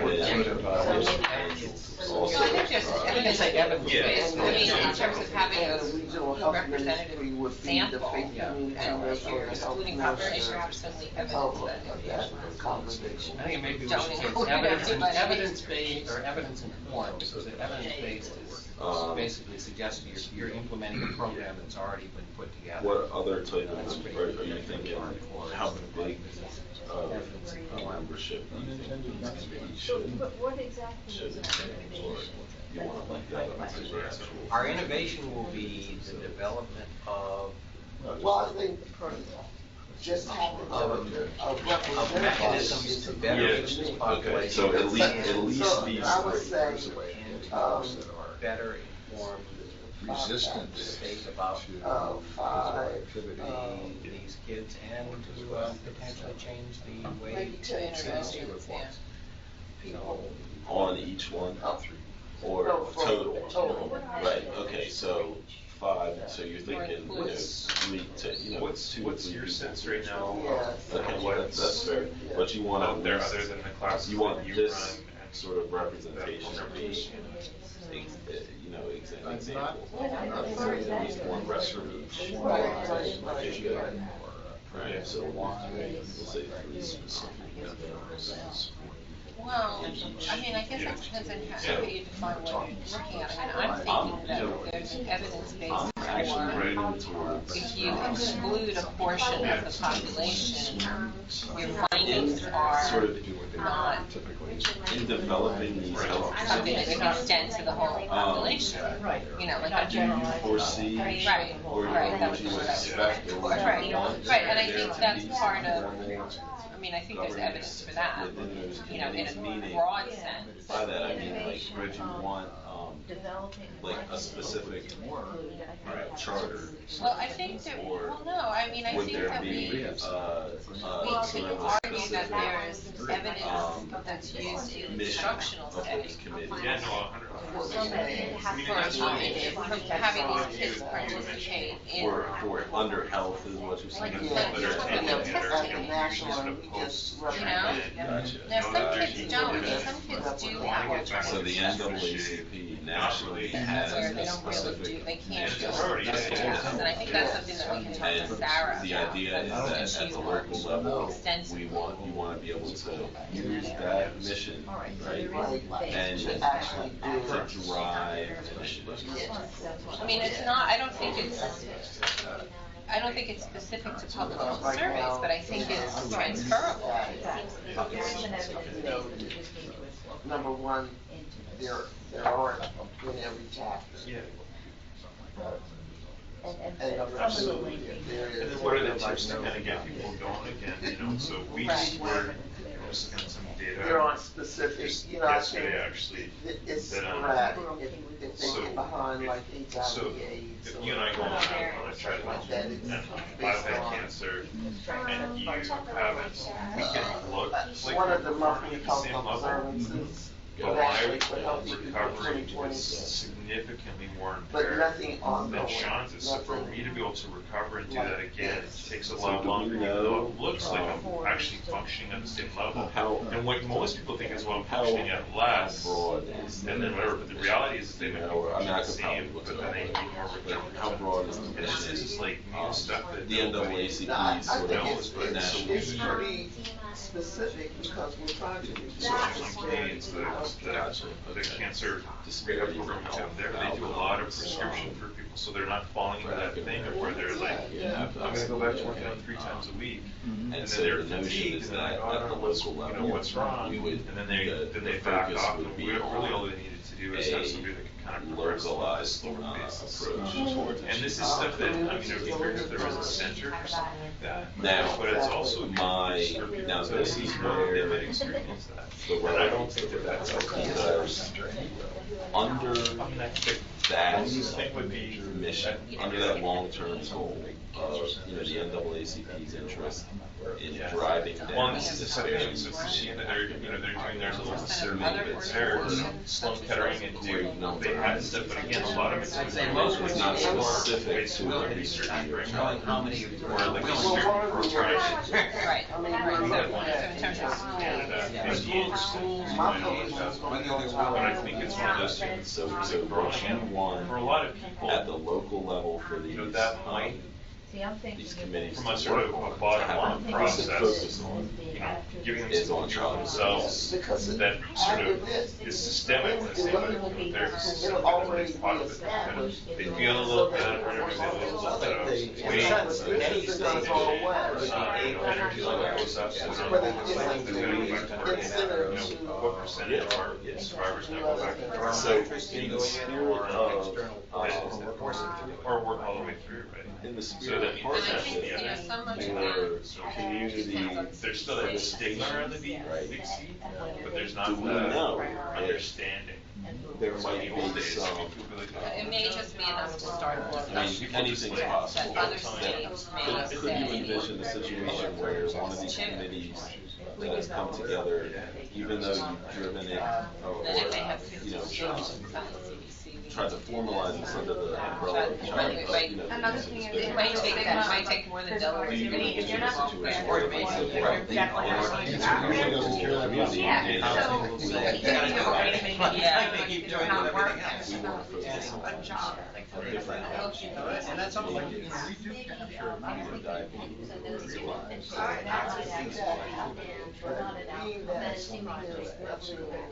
Right. So if that happens, then we'll start. So if we get to this, So the I notion gotta is start, I gotta be the way that I Get the Right,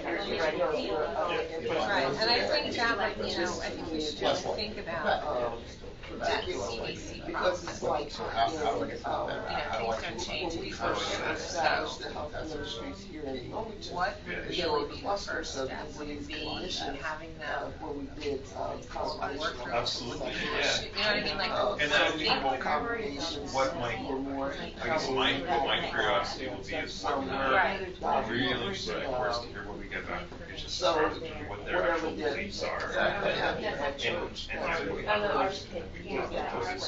what So, information is provided every from congregation what they is can gonna do. observe through treaty. But And I given bet you a that lot of this what we is hear, the beginning, the starting point, I really like to get, So much information. once I have the representation, I can get them Listen, you know, to, let's do this.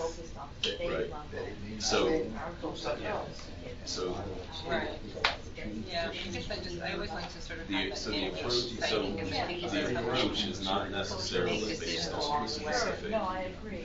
needs or interest of the local community, in the sense that you have, so the framing is that you have the tools and the resources to be able to use this initiative as a jumping off point, so to speak. Because I think, Brian, the key is that there hasn't been a focus on that. That's such a good point.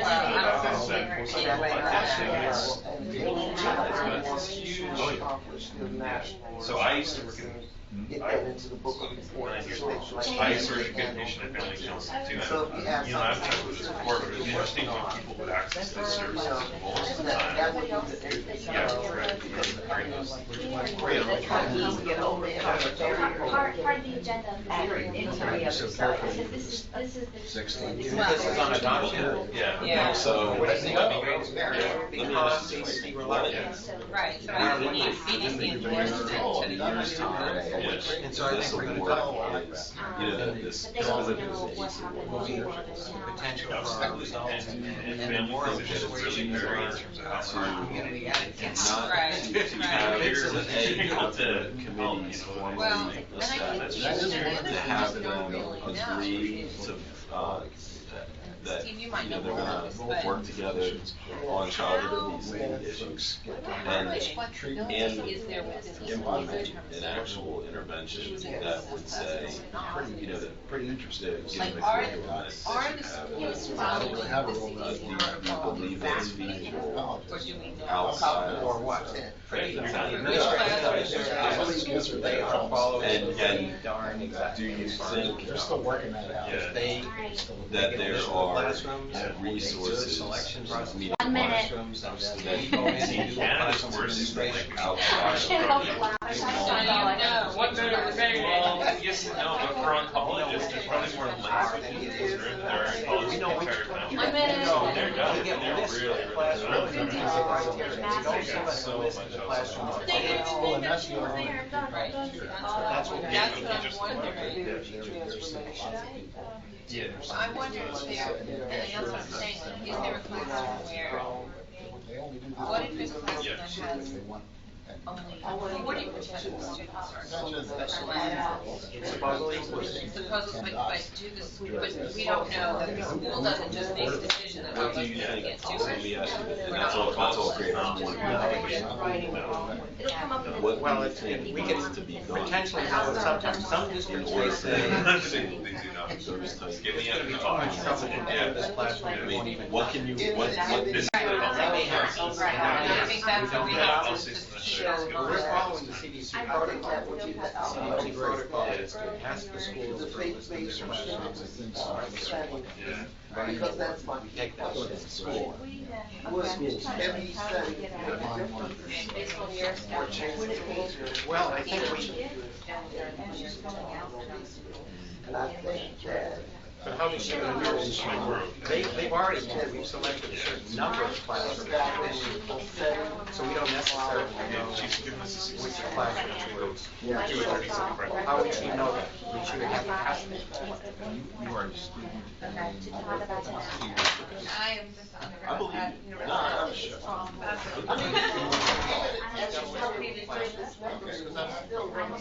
Absolutely. No, I agree. My, And the art classroom, which is great. Another thing you really from don't the need. knowing how Grade capability. how much That is effort included. You know what I mean? Oh, yeah, exactly. That's like, up and come back, exactly. This is the sixth grade classroom. This is I- a seventh grade classroom. and coalitions. If it's a middle school classroom. Yeah. Have them And I'm hoping that, together I'm not sure it's anything with health, outside of what but they're I supposed kind of want to get the other classes. Oh, yeah. Some of them, Yeah, yeah. I mean, I It's- feel it. The only reason I'm saying I take it as well. Yeah. Oh, yeah. Right. And we want to, All right. we want to make sure that what we're proposing, We see the other end.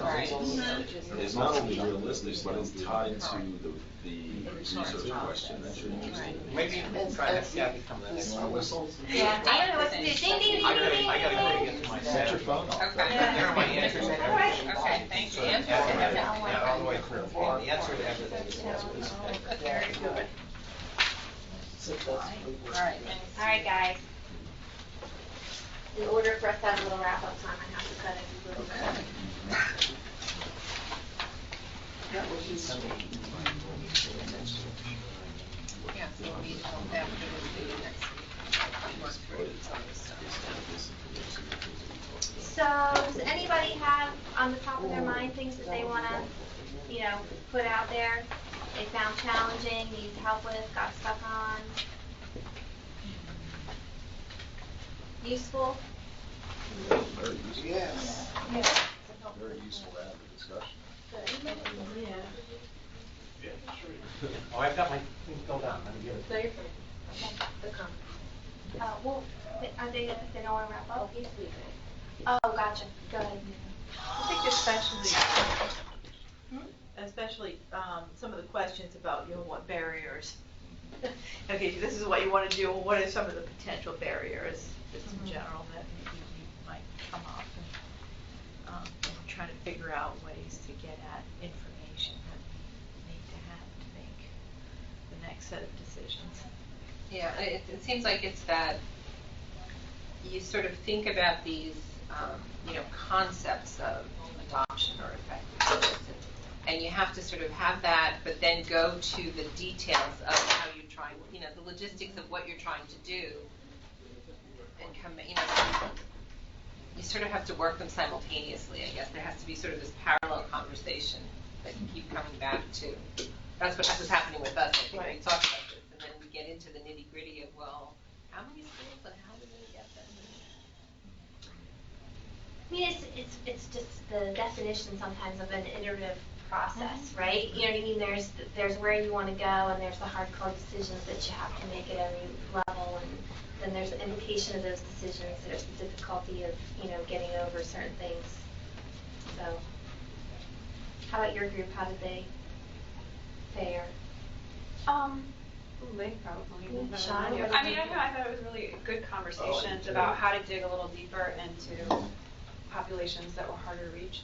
Yep. And what those challenges were and how to do it. And, don't know that we solved anything, but the discussion started anyway.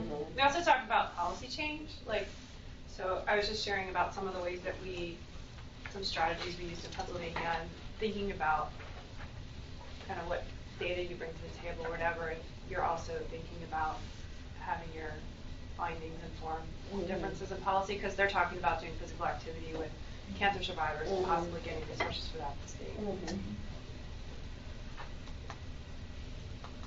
Data, thoughts? Well, I think we really pinned down, one of my concerns was that, the partnership and how it will fit together, and if I have the right people to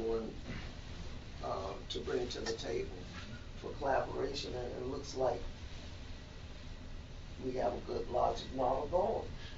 Yeah, I think so. And one of the things that we're struggling with this project is that there's currently a collaborative group that is in the formation stage that Levada believes it is very critical to the success of the sort of formal program that she's interested in offering in the community. And so there's that raises a couple of questions, right? Because one is, should the focus of this, year's worth of research be more related to the function and capacity and perhaps impact of that actual partnership, or that, or should it be more formally tied to the outcomes associated with the implementation of the program itself? And as we were talking, what was interesting to me is that there may even be an opportunity to perhaps compare between the delivery of this formal program and the curriculum, around childhood obesity prevention in a setting that may not be explicitly driven by this partnership that we're, interested in pulling together, as it relates to a setting that is driven by that partnership. And is there an actual difference in outcome given what we've identified, Leveda's identified, what we went through was sort of the inputs of the specific partners and what the value of those inputs would be to the actual program delivery. And we've identified some very key, I think, pieces that the partners have to offer, and whether or not the value of those pieces is bigger as a whole as opposed to on their own. You know what I mean? I don't know. Is REACH something that's going to be impacted more by the collaborative than by the individual program, or is that not a concern? Is REACH going to be? You mean like scale or scope in terms of being able to drive the delivery? Yeah, like for example, I'm just thinking of delivery program.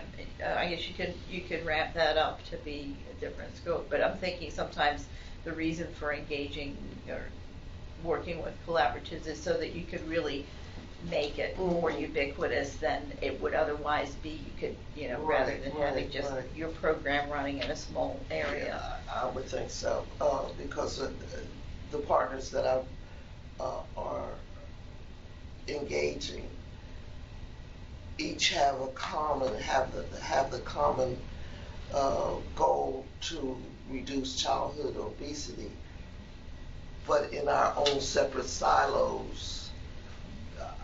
I think together, bringing the credibility of each group together is going to have a broad reach. Well, and I guess I like to hear where you guys landed, because I don't think those two different things have to be an either or, right? Right. You could, studying the implementation on a small scale, or, studying the impact of a coalition to improve this implementation. They're not exclusive. But I guess my question to you, Leveda, assuming you're much more of an expert on the who here, the community and these coalitions, would be, do you think these coalitions would be more responsive to saying, hey, here's this program that is nice, nice and all packaged up, and we piloted it, in this one setting, and we kind of got, we got our, we kicked the tires, we figured out where the bumps and bruises are. And now, all the better, for us to all rally around and try and do it at a bigger scale, right? Because you never want to just be, starting with a huge scale, and here's the first time we've come up with, try this program. On the other hand, certainly there are some organizations that are more developed and have stronger opinions on these things, and if you didn't include them in sort of selecting the intervention, you might be dead in the water, if you know what I mean.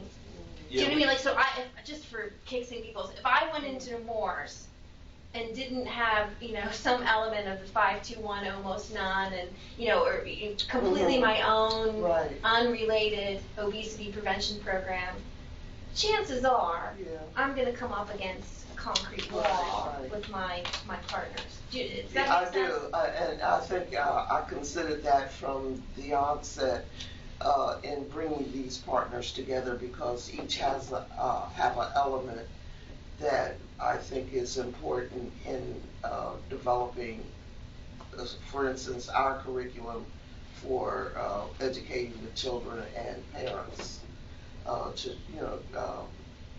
embrace healthy eating and active living.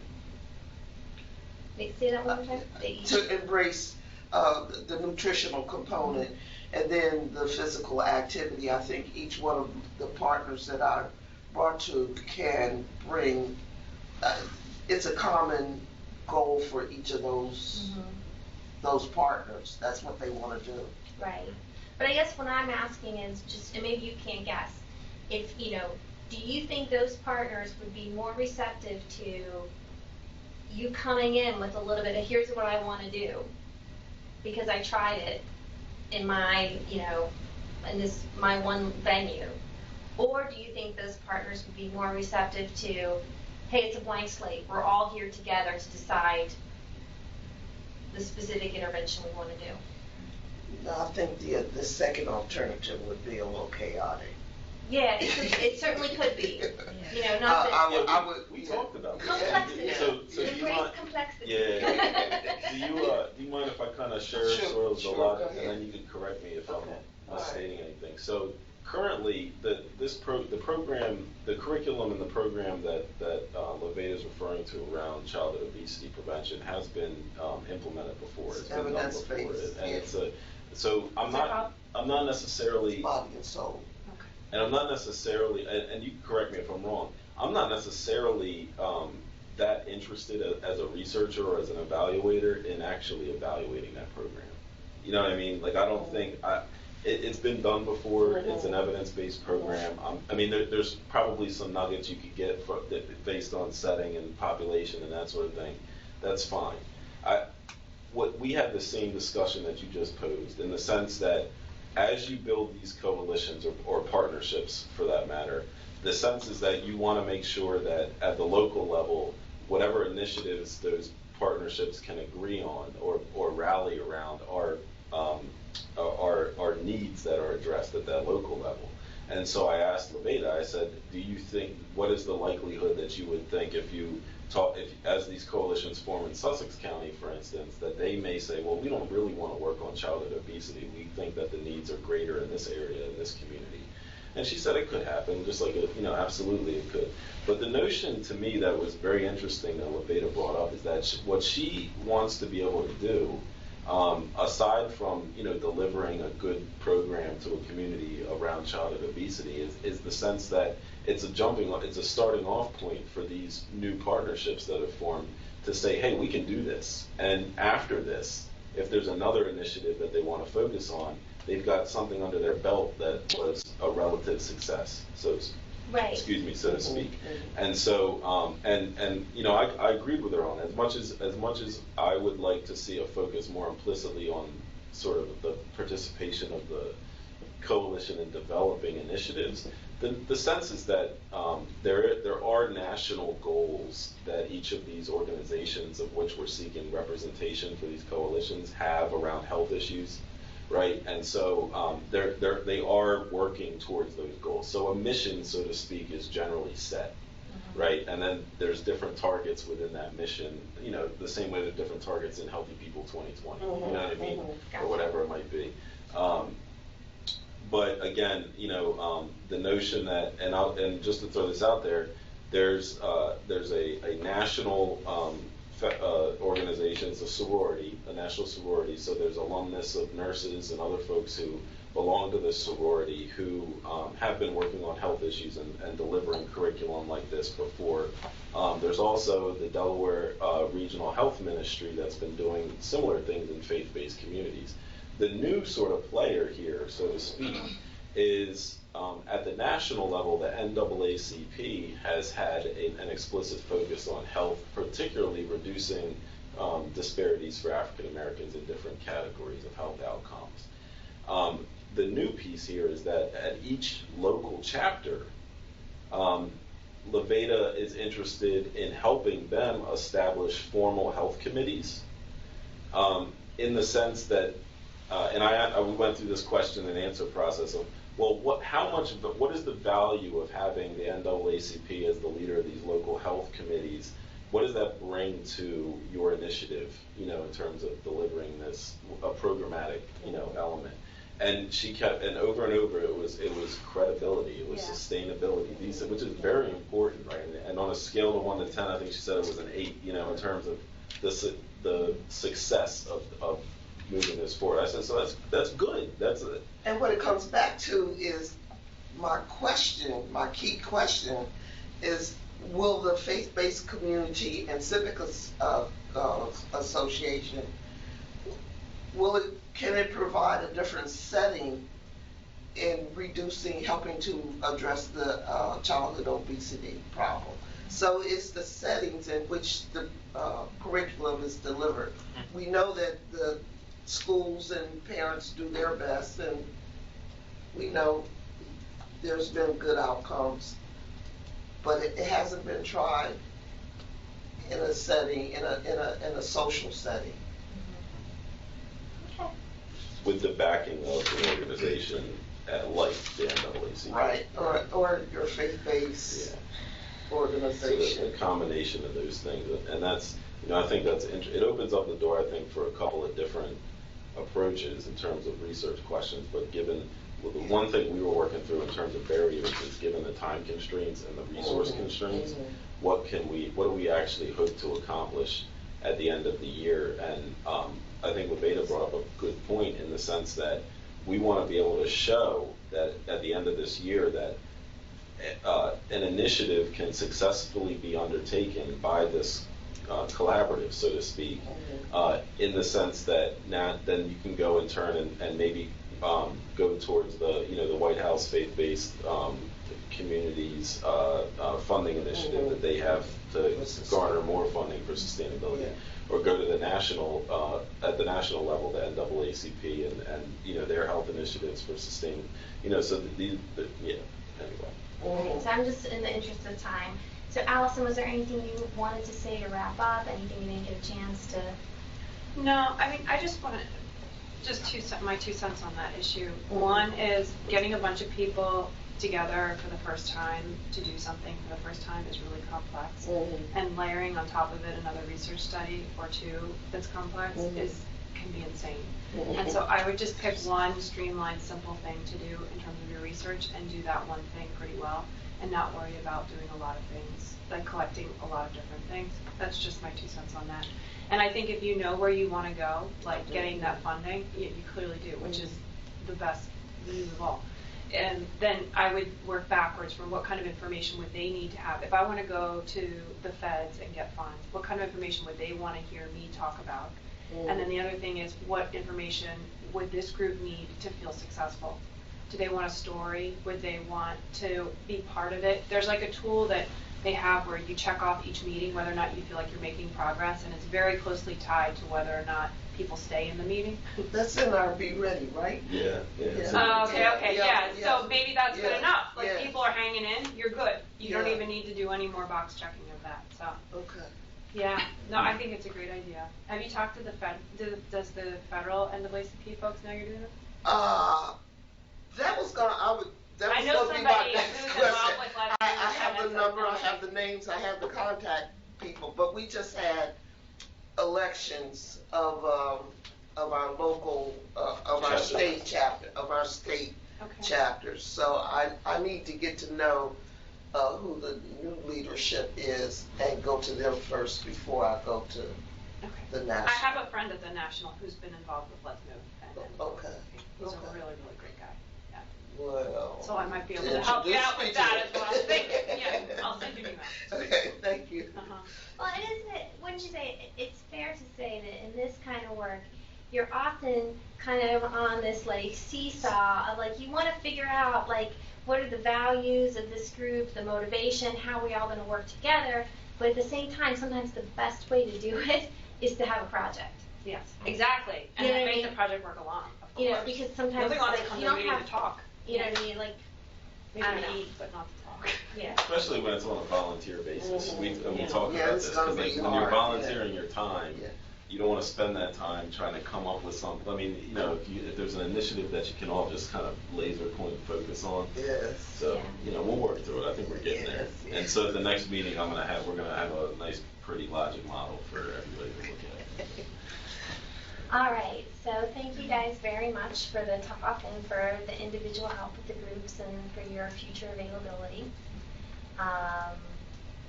Let me give you the lay of the land here for the rest of the morning and afternoon. So, for very shortly, we're going to take a quick break.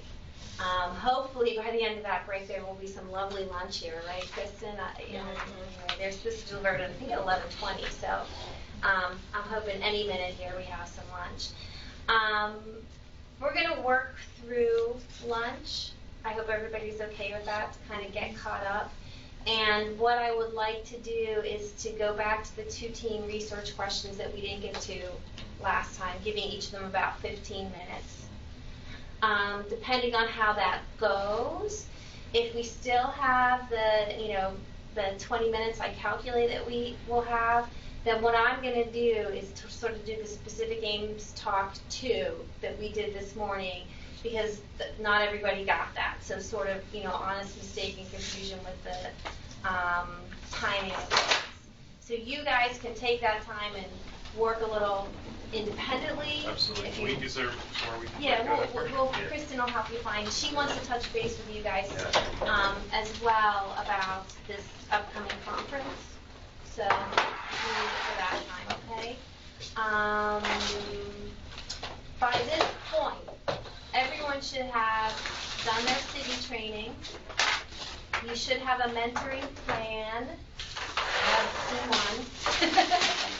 You should have an IRB proposal draft to your mentor. And upcoming things, for January 28th, when we do the study design, we definitely want to have at least a draft of your specific aims, because that's how we're going to start off the session. And the facilitators of that session are going to want to use your draft specific aims to talk about study design. I was a big proponent of please don't march them through every type of study design. Oh, sweet Jesus. Because having been in that talk myself so many times, it's not good. So draft specific aims for next meeting? No, you actually have 2 meetings to do. And this is just the thing that I was a bit confused about, because there's so much good stuff happening that will translate directly into the IRB document. So I haven't moved forward on that just based on the aims and some of the study design piece. So and that was kind of my rationale. So does it make sense to put together a draft of the IRB right now when this other information's coming right now? I think that probably already, from your proposals to now, you've had a good, step in the development. I think you should try and at least draft it to your mentor as best you can, knowing what you're going to do. Okay. Yeah. And remember that the IRB isn't necessarily the same lens as like a funder. Yeah. You know what I mean? What they really want to know are the human subject issues. Right. Which have to do with, who are you going to talk to, how are you going to consent them, how are you going to make sure they're safe, how are you going to explain that to them, that kind of stuff. You can it's actually fairly easy, just so you know, everybody changes their protocol. It's fairly easy to submit an amendment to an IRB if you have some tweaks along the way. But, to kind of hit the ground running for your projects, that's going to be your step one in terms of able to move forward. Fair enough? All right. So let's briefly get lunch, and we're going to come back and talk about the research. We'll hopefully just 5 minutes. Grab the lunch, go to the bathroom, whatever you need to do, and we're going to start talking about research questions. Sound good? Speaking out, forever hold your peace, and lunch is here, right? Yeah. There are no cups, but the soda should be cold.